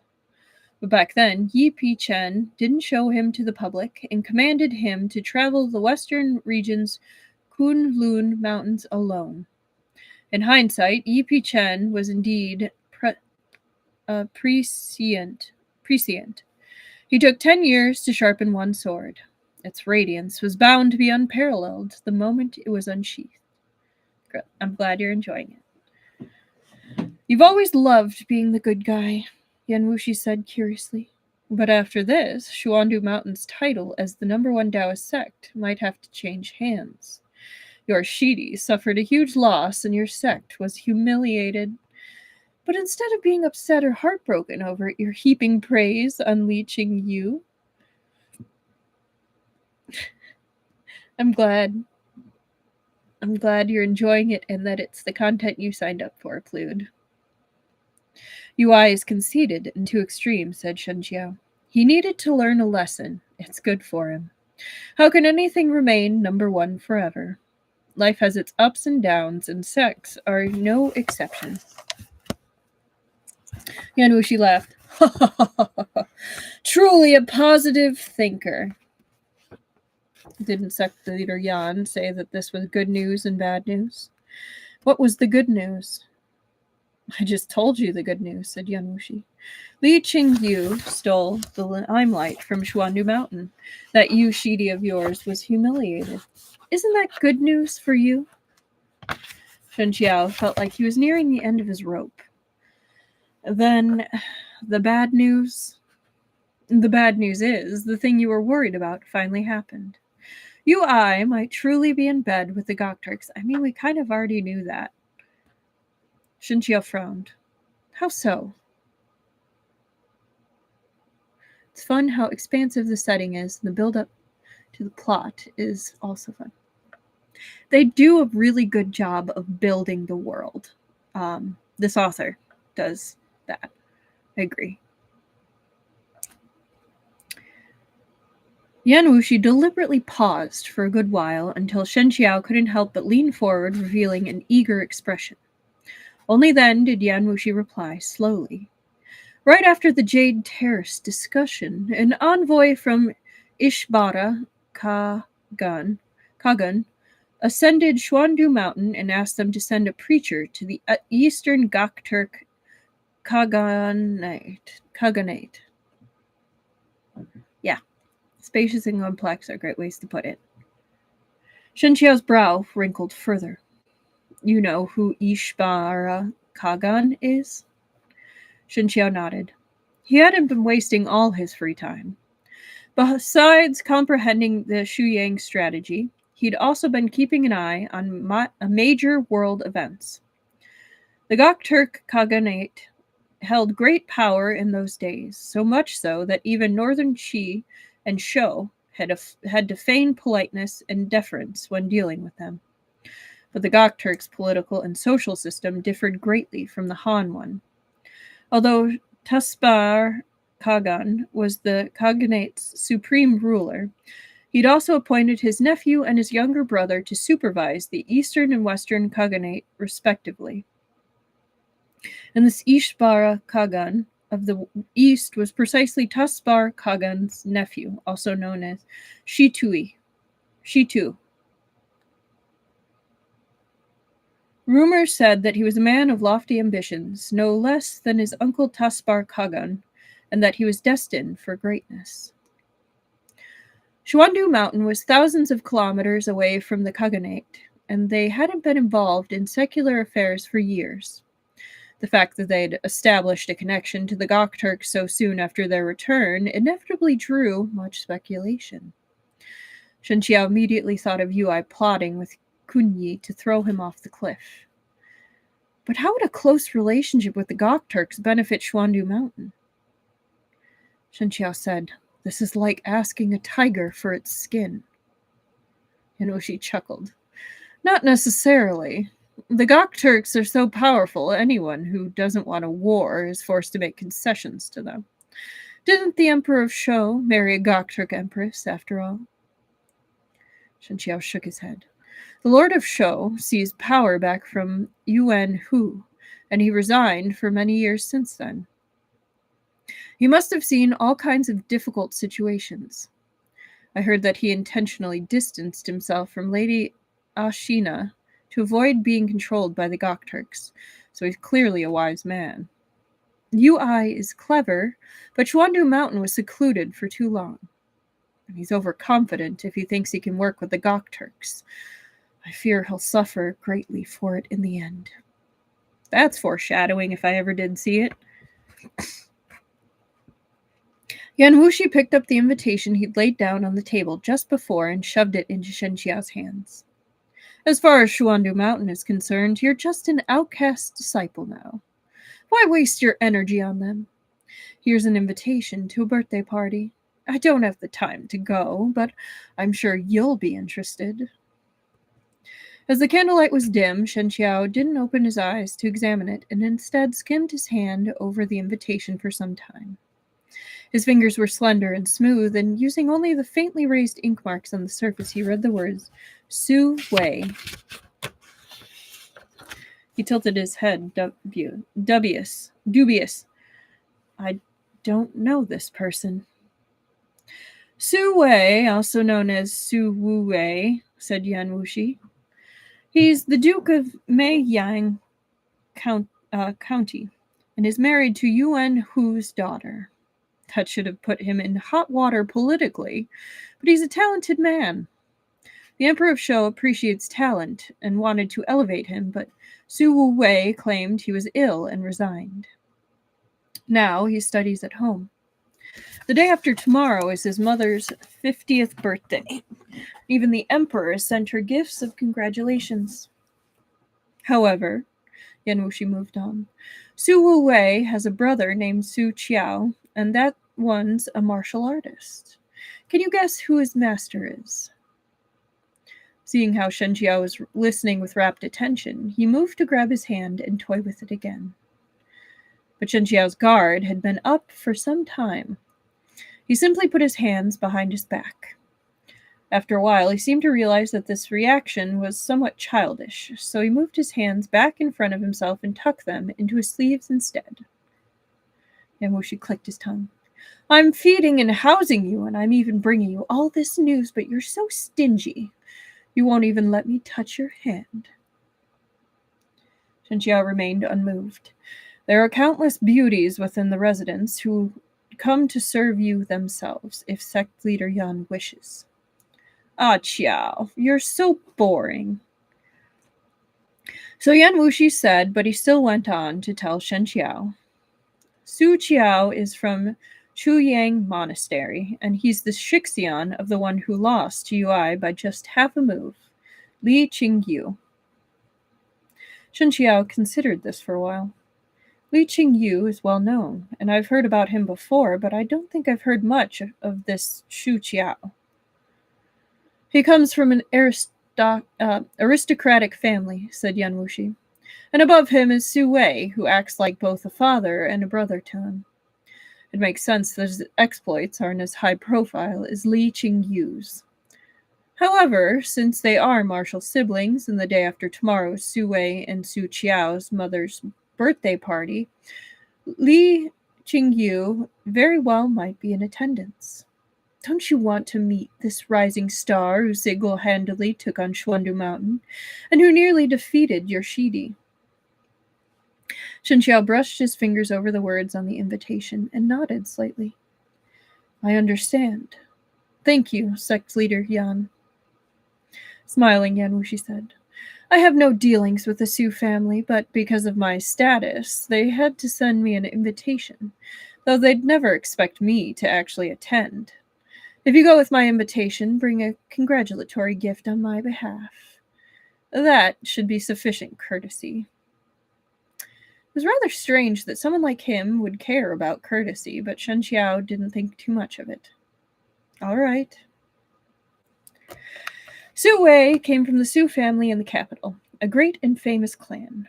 His father, Su Qiao, had been an important official in Western Wei, and his wife, Lady Yuan, was the daughter of Yuan Hu, which is to say, Lady Yuan was the niece of the current emperor of Shou. Although he'd killed Yuan Hu, he'd allowed his family to live. He even took great care of this niece. It was typical in these times for most notable families to marry into the royal family, inextricably linking them together. The Su family was no exception. It was the Su matriarch's birthday, and guests streamed in endlessly for the celebration. Their gates were flooded with horses and carriages, causing a traffic jam.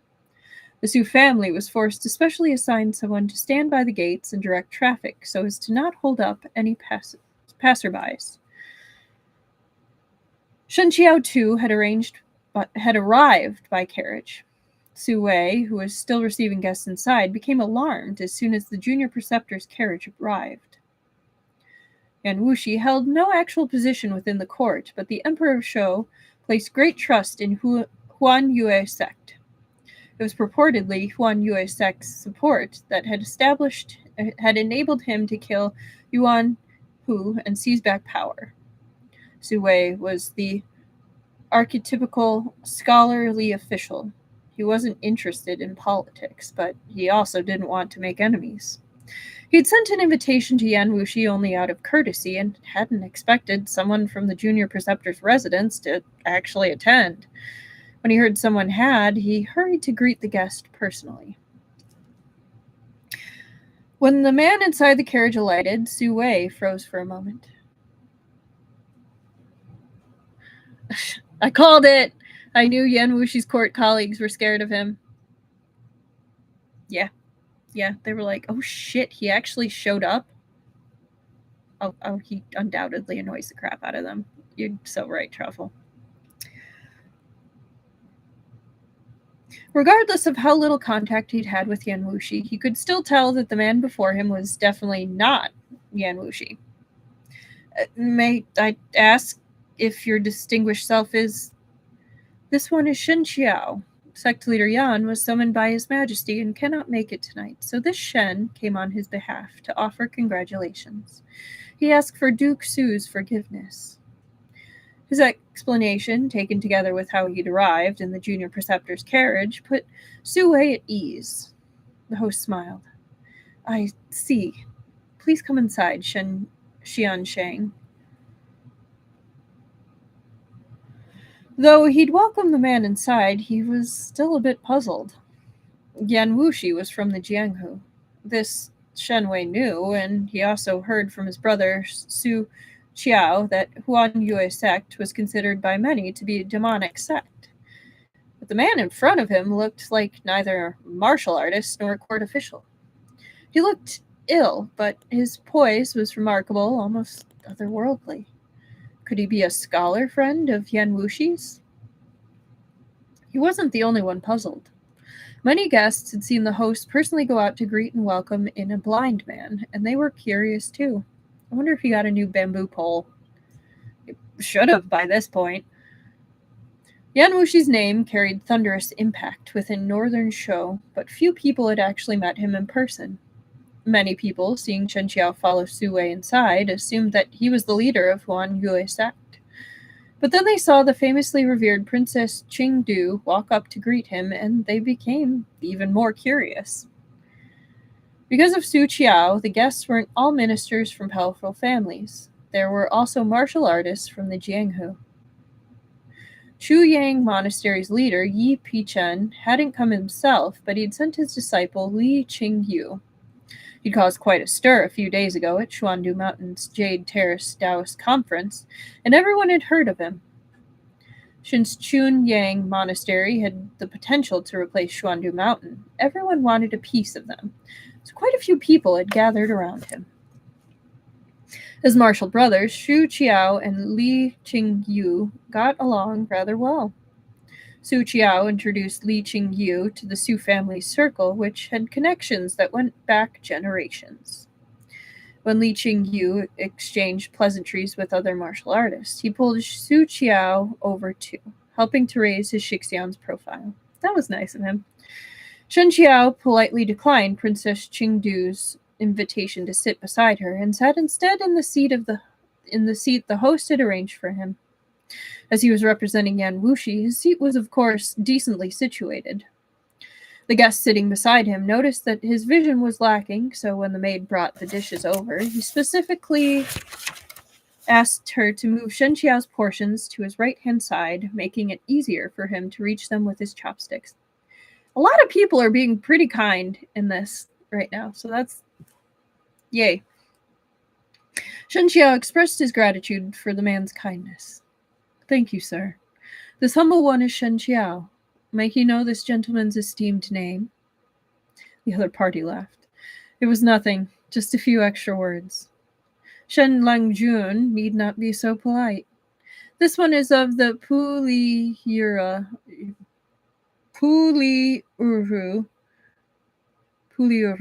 family, first name Jian. It's a pleasure to meet you. Possibly because they don't want to annoy Yamushi or be rude. Oh, fair. Even though Puliuru Jian was sitting next to Shen Qiao, he asked nothing of his background or identity. Nor did he express any curiosity or concerns about Shen Qiao's eyes. He only talked about the host, Su Wei, saying that he was talented and widely renowned, as well as a master of poetry and proficient in law. Admiration and reverence shone through in his words. Yep, no, you're right. That name is going to probably come back to haunt me. When they landed on the topic of poetry and literature, the three schools of thought inevitably entered the conversation. Northern Shou esteemed Buddhism.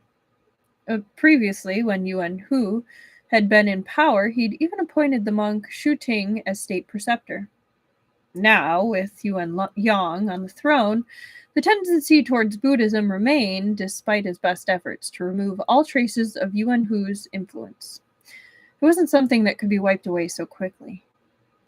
Puliuru Jian was a Buddhist, but he'd also had an interest in Taoism and was tolerant of its ideals. It was clear he hadn't expected Shen Qiao's profound insight into Taoism, and after chatting for a while, they quickly built up a rapport and felt a deep appreciation for each other. After they became acquainted, Princess Qingdu sent another person to invite Shen Qiao over to sit with her. Puliuru Jian teased him. Few people in the entire capital would be given the honor of the Princess Qingdu humbling herself to make friends with them. If this gets out, they'll all be jealous of you. I've embarrassed myself before Puliuru Xiang, said Shen Qiao. I heard that Su Wei's brother, Su Qiao, is from Chunyang Monastery, so there are many members of the Jianghu here today. Chunyang Monastery's name likely pulled them here. Puliuru Xiang knows these people. I used to admire the carefree lifestyle of the Jianghu. You obviously were not part of it. It is not carefree. I see my eyebrow falling off. Nope, that's inquisitive. That's better. Let's just make sure they're stuck. Good enough. I even spent a few years imitating them, wandering around the world on horseback. So I do recognize a couple of faces. Then can Puliuru Xiang introduce them to me? Of course, Puliuru Jian said brightly. He then pointed out each to Shen Qiao. You recognize Su Qiao. The one next to him is Li Qingyu. The two of them are together and are called the twin jades of Qingchang.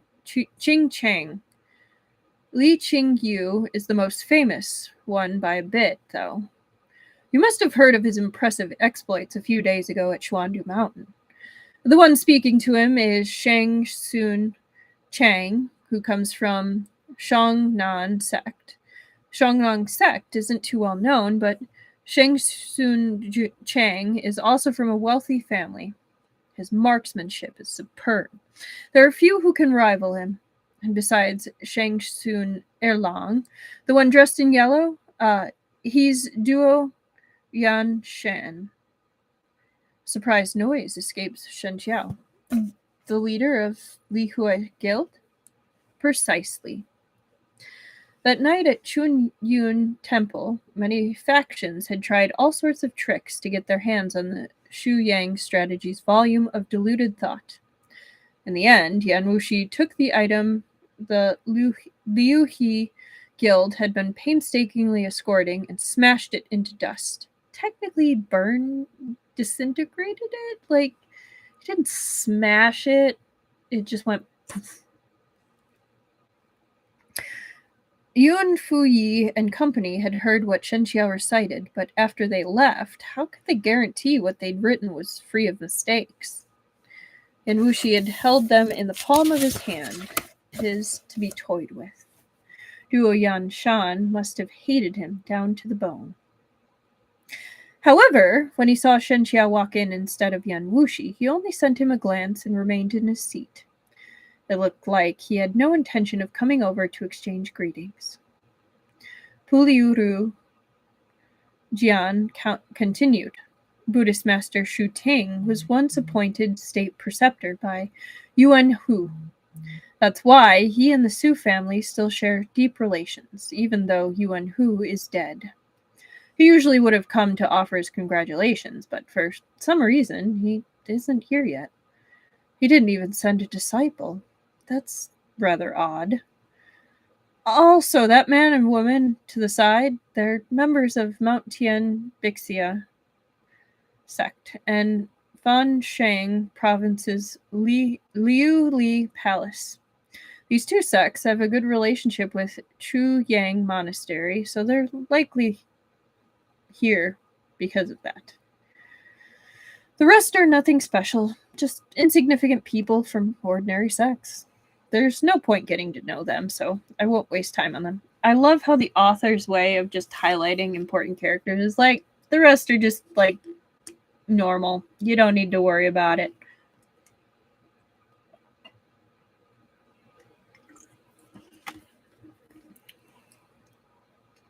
In actuality, there were quite a few famous martial experts from the Jianghu among them that he hadn't introduced, but in the eyes of Puliuru Jian, they all became nobodies.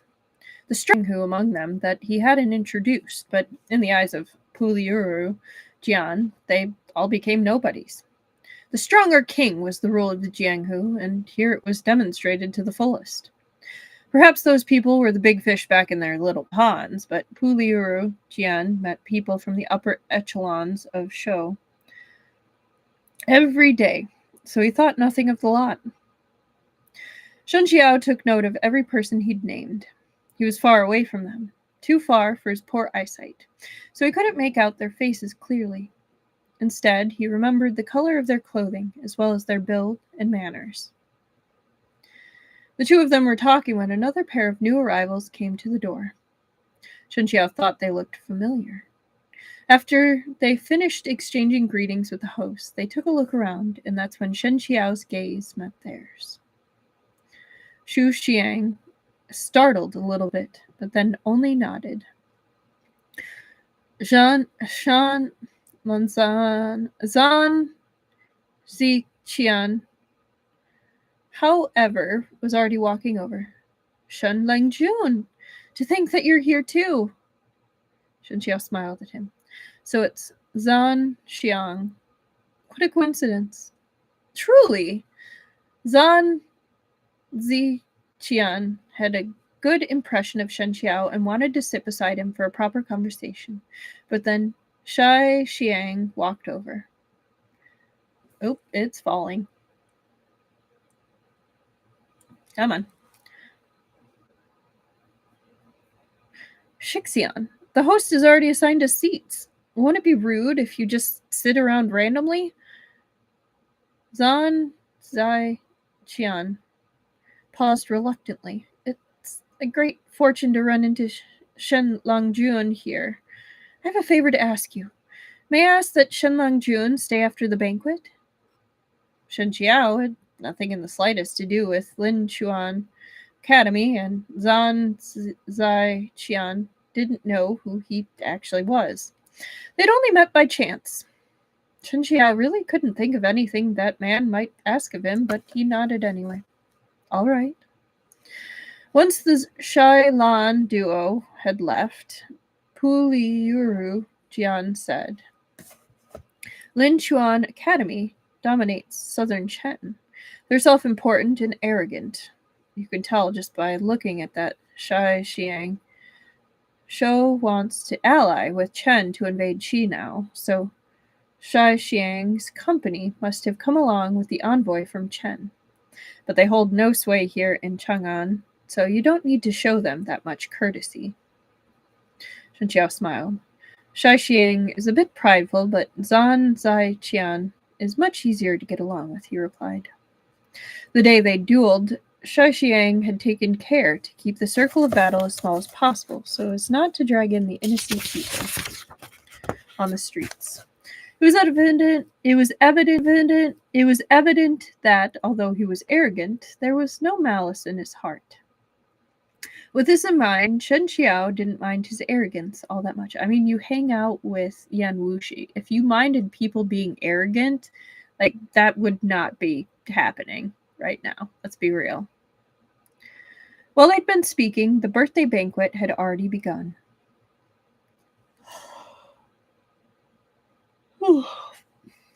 Okay. I think just one more chapter. Oh boy! And it looks like there's a picture.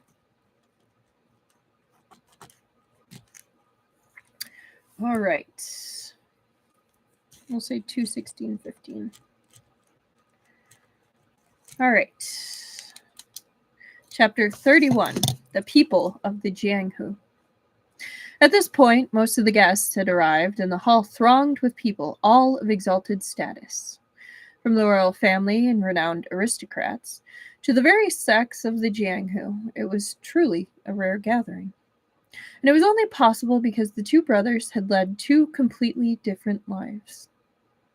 During this era, the culture was quite open. Everyone had their own dinner table, and men and women were allowed to stay in the same room with only a small screen placed in the middle as a symbolic separation. The women's side was being entertained by Su Wei's wife. Su Wei's mother, Madame Chin, sat above them in the hostess's seat. Below her and to either side, were the two brothers, Su Wei and Su Qiao.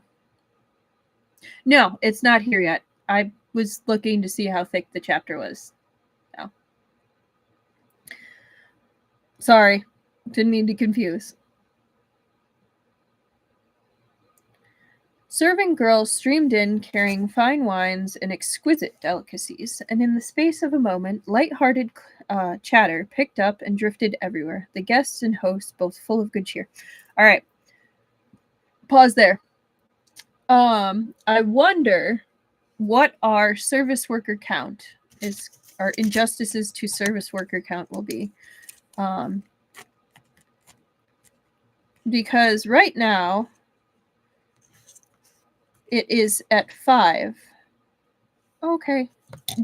I'm gonna.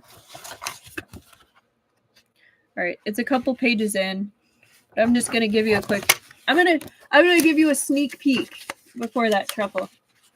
So you get to look forward to this. It's like almost there. All right. So you get to look forward to that. It's literally like 2 pages from here. So slight spoiler, but not too much. I don't think there are, but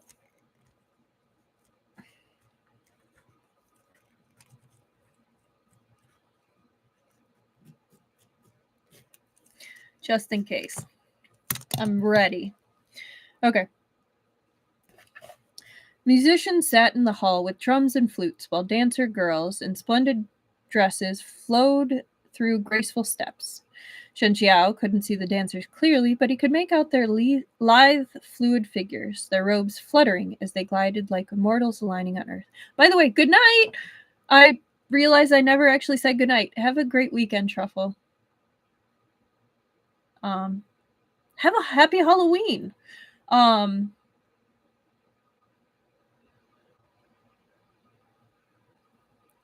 This kind of dance, holy and pure, but with a hint of guileless sensuality, was distinct from the styles that were in fashion in the West. It was different from the dances of southern Chen, where the dancers' heads turned low beneath wide sleeves, jade hairpins adrift in the autumn breeze.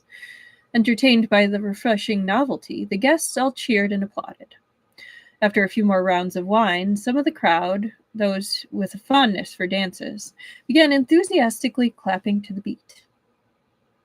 When Furifuricchin saw that Shen Qiao was quite entertained by the dancing, he took the chance to explain. This dance music is called Little Heaven and comes from the Kucha. The Kucha people were devout Buddhists. Once they were gone, their music spread to the Central Plains, so this song also has a Buddhist style to it. Enlightened by the insight, Shen Qiao laughed. No wonder their shoulders and midriffs are bare, and they wear so much jewelry.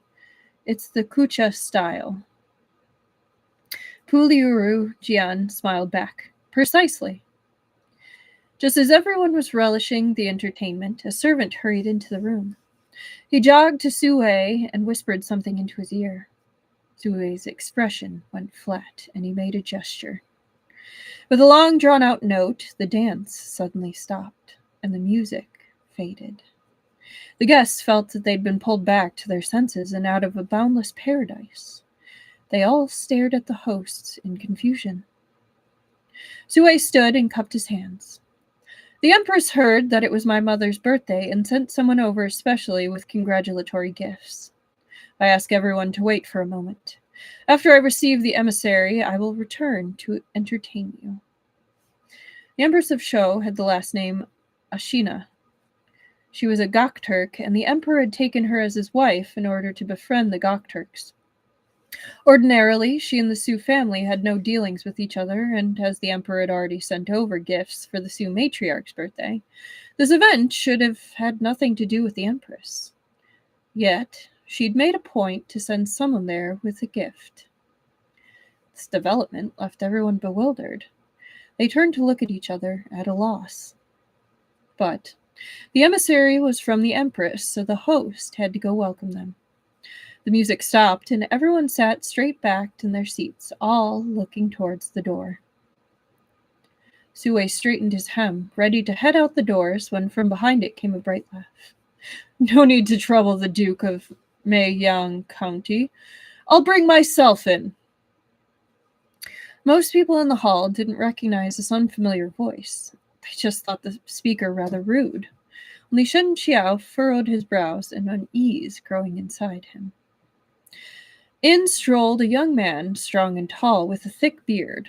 Though he wore the dress of the Central Plains, there was a quick, fierce air about him. His eyes were sharp and spirited, his gaze forceful and aggressive. He didn't look at Sue after he entered, but rather swept his gaze around the hall. Other than the martial artists, everyone he looked at felt the need to avert their eyes. They didn't say so, but each of them felt somewhat discomfited. Comforted? I know it's like discomforted, but it's different.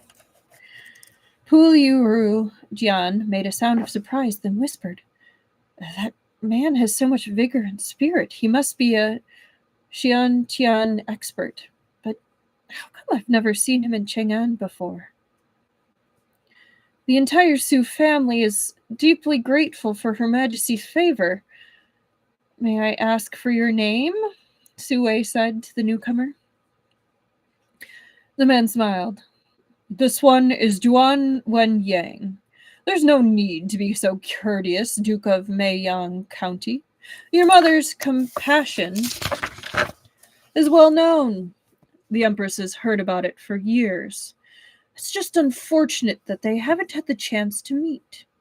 So when she heard that it was your mother's birthday, she ordered this one to come with a humble gift and express her goodwill.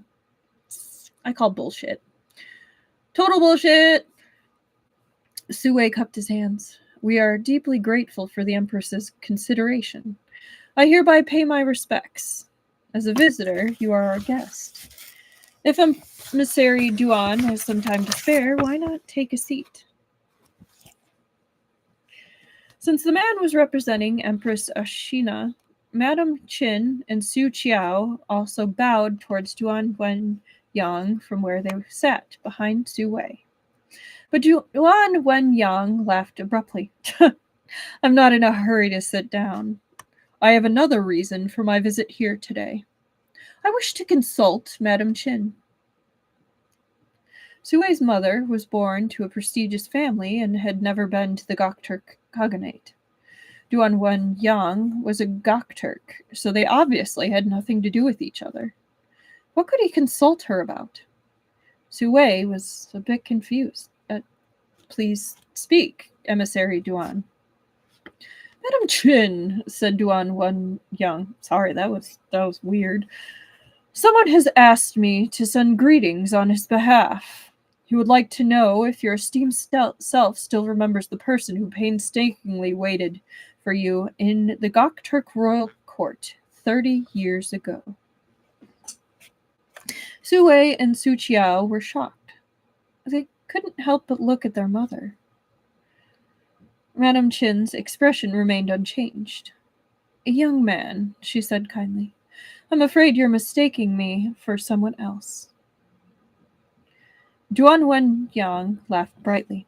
I just knew that Madame Qin wouldn't admit it so easily. Would you force me to tell the entire tale in front of everyone here?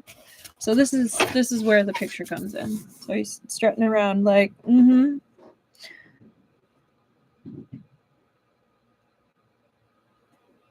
There he is.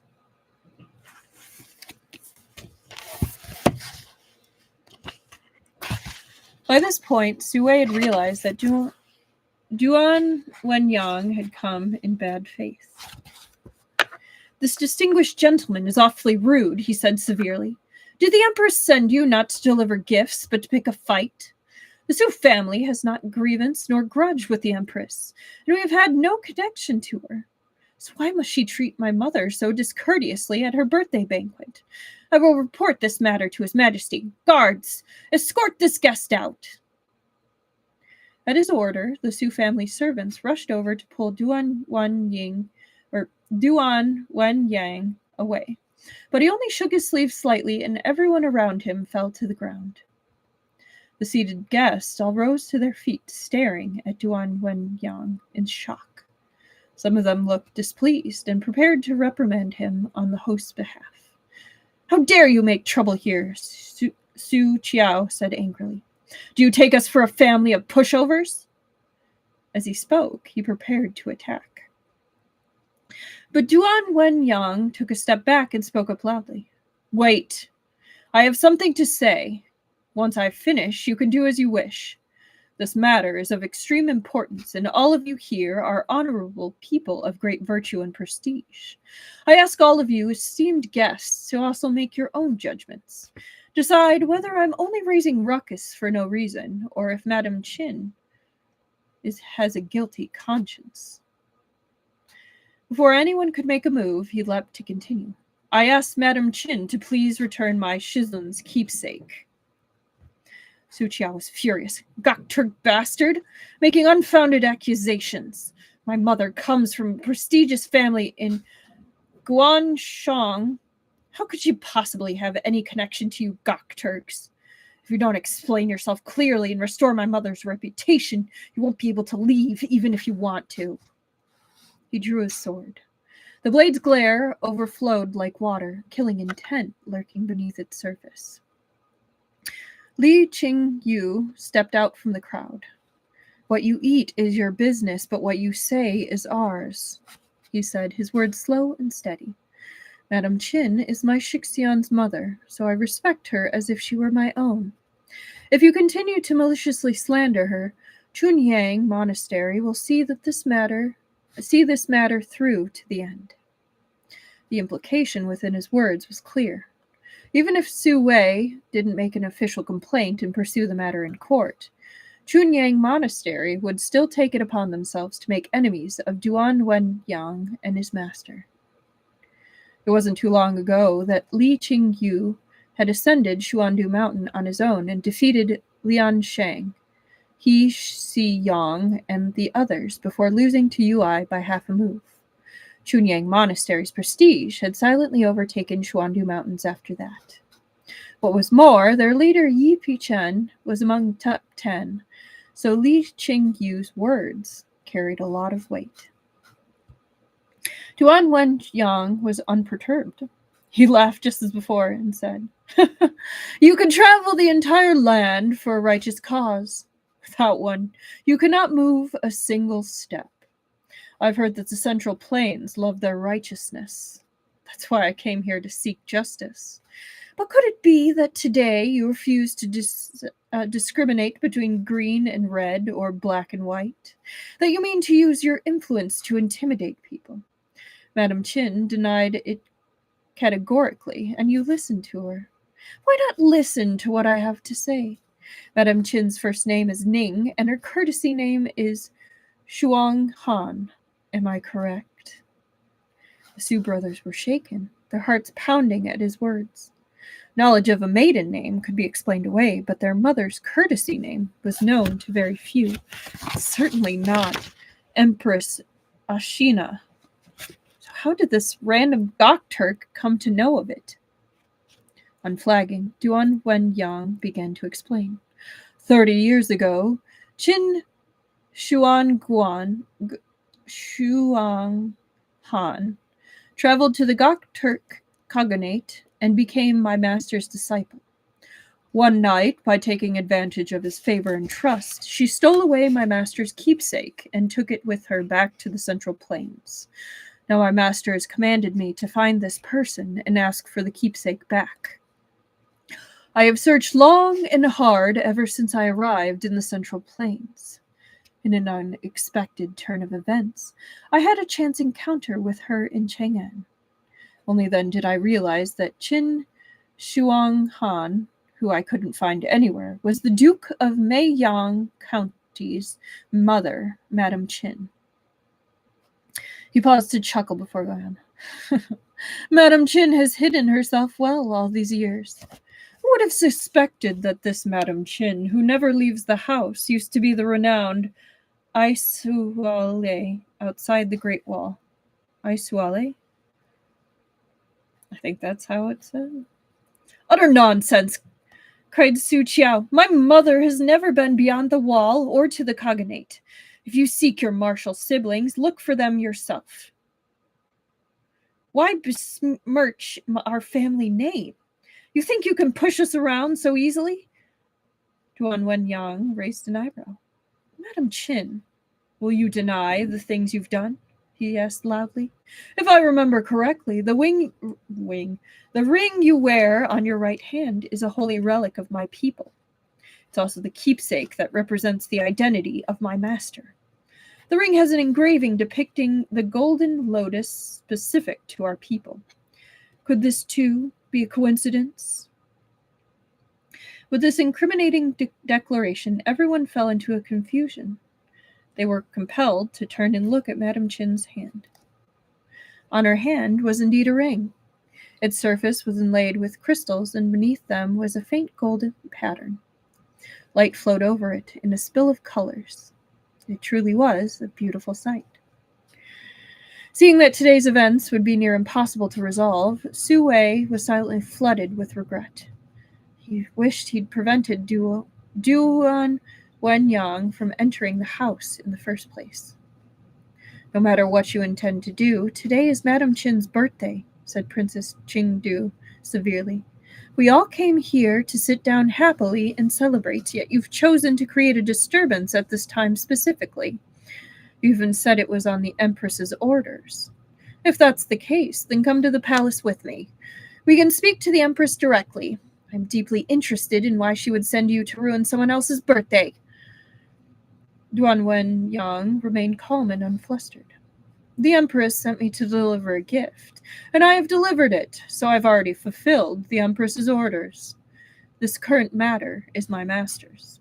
His Majesty is wise and just. If his respected self were to learn of the ins and outs of this tale, I'm certain he wouldn't stop me from asking Madame Qin to return what's ours. He proudly continued, Furthermore, my master is world-renowned. He has no need to deliberately target Madame Qin. Who's your master? Asked Li Qingyu. Duan Wenyang smiled faintly. Hulagu of the Gok Turks. The attendant crowd fell into an uproar. His words had stunned them beyond belief. What kind of person was Hulagu? 20 years ago, he'd fought Qi Fengwei, the #1 martial artist then. Their duel was famous throughout the land, and people still took great delight in discussing it all these years later. Hulagu had lost and been forced to swear he would not enter the Central Plains for 20 years. And he'd kept his promise. For the next 20 years, he had never once set foot in the Central Plains. You gotta respect that. Martial artists of Qi Fengwei and Hulagu's caliber rarely lost their lives, even in defeat. Though Qi Fengwei's prowess was first in the world, Hulagu hadn't been far behind him. Qi Fengwei couldn't kill him, so he'd forced him to swear an oath. Given Yan Wuxi's propensities, if he'd had the chance to make Hulagu swear an oath, he might have simply told Hulagu to kill himself. Then they could have avoided all future troubles by pulling up the grass by its roots. But that obviously wasn't Qi Fengwei's way of doing things. He noticed the Gok Turks' ambitions and their designs on the Central Plains, but he also respected Hulagu. They were both grandmasters of their generation, so he'd been unwilling to humiliate his opponent. And hence, he'd established the 20-year covenant. 20 years later, Qi Fengwei had passed away, and Hulagu never re-entered the Central Plains. Instead, 2 of his disciples arrived. One was Kunyi, who had defeated Shen Qiao at Banbu Peak. The other paid an abrupt visit to the Su residence and claimed that Su Wei and Su Qiao's mother was Hulagu's disciple. The first matter was old news. After Shen Qiao had fallen, Xuandu Mountain changed masters. Gradually, people stopped paying attention to the previous leader's whereabouts. Though some still inevitably sighed when the duel was mentioned, thinking that Qi Fengwei had no one left to carry on his legacy. That's harsh. But this second matter playing out right before their eyes revealed an absolutely earth-shattering secret. No matter whether it was true or false, Madame Qin's reputation had already been damaged. Su Qiao flew into a rage. Without another word, he grabbed his sword, intending to force Duan Wenyang to shut up. Right at that moment, Madame Qin spoke up from behind the sons who shielded her. If Hulagu wants his keepsake, why not come get it himself? Why send you instead? Confession lay implied in her words, that Duan Wenyang had spoken the truth. Dun, dun, dun! Su Qiao froze and looked back in disbelief. Mother, you... Madame Qin shot him a look. You what? She asked calmly. Do you understand what this keepsake is for?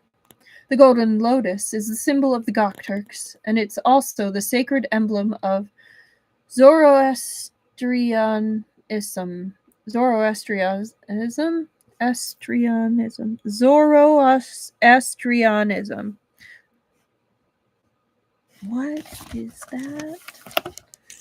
One moment.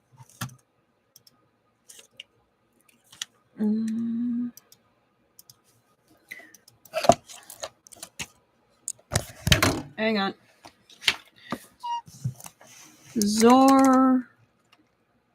Wow. Okay. On Astrianism is one of the world's oldest monotheistic religions, founded by the prophet Zoroaster in ancient Iran approximately 3,500 years ago. It's based on the belief in one god, Ahura Mazda, the cosmic struggle between good and evil, emphasizing ethical living through good thoughts, good words, good deeds.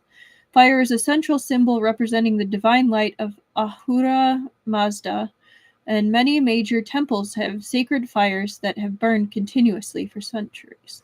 That's pretty cool.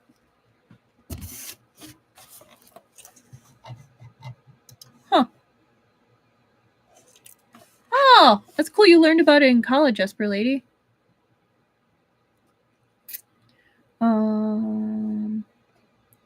As long as he has this ring in hand, Hulagu could call for all the martial experts in Persia, Tuyuhu, Khotan, and Tengut to gather in the Khaganate and support the Gokturk Khagan in invading the Central Plains.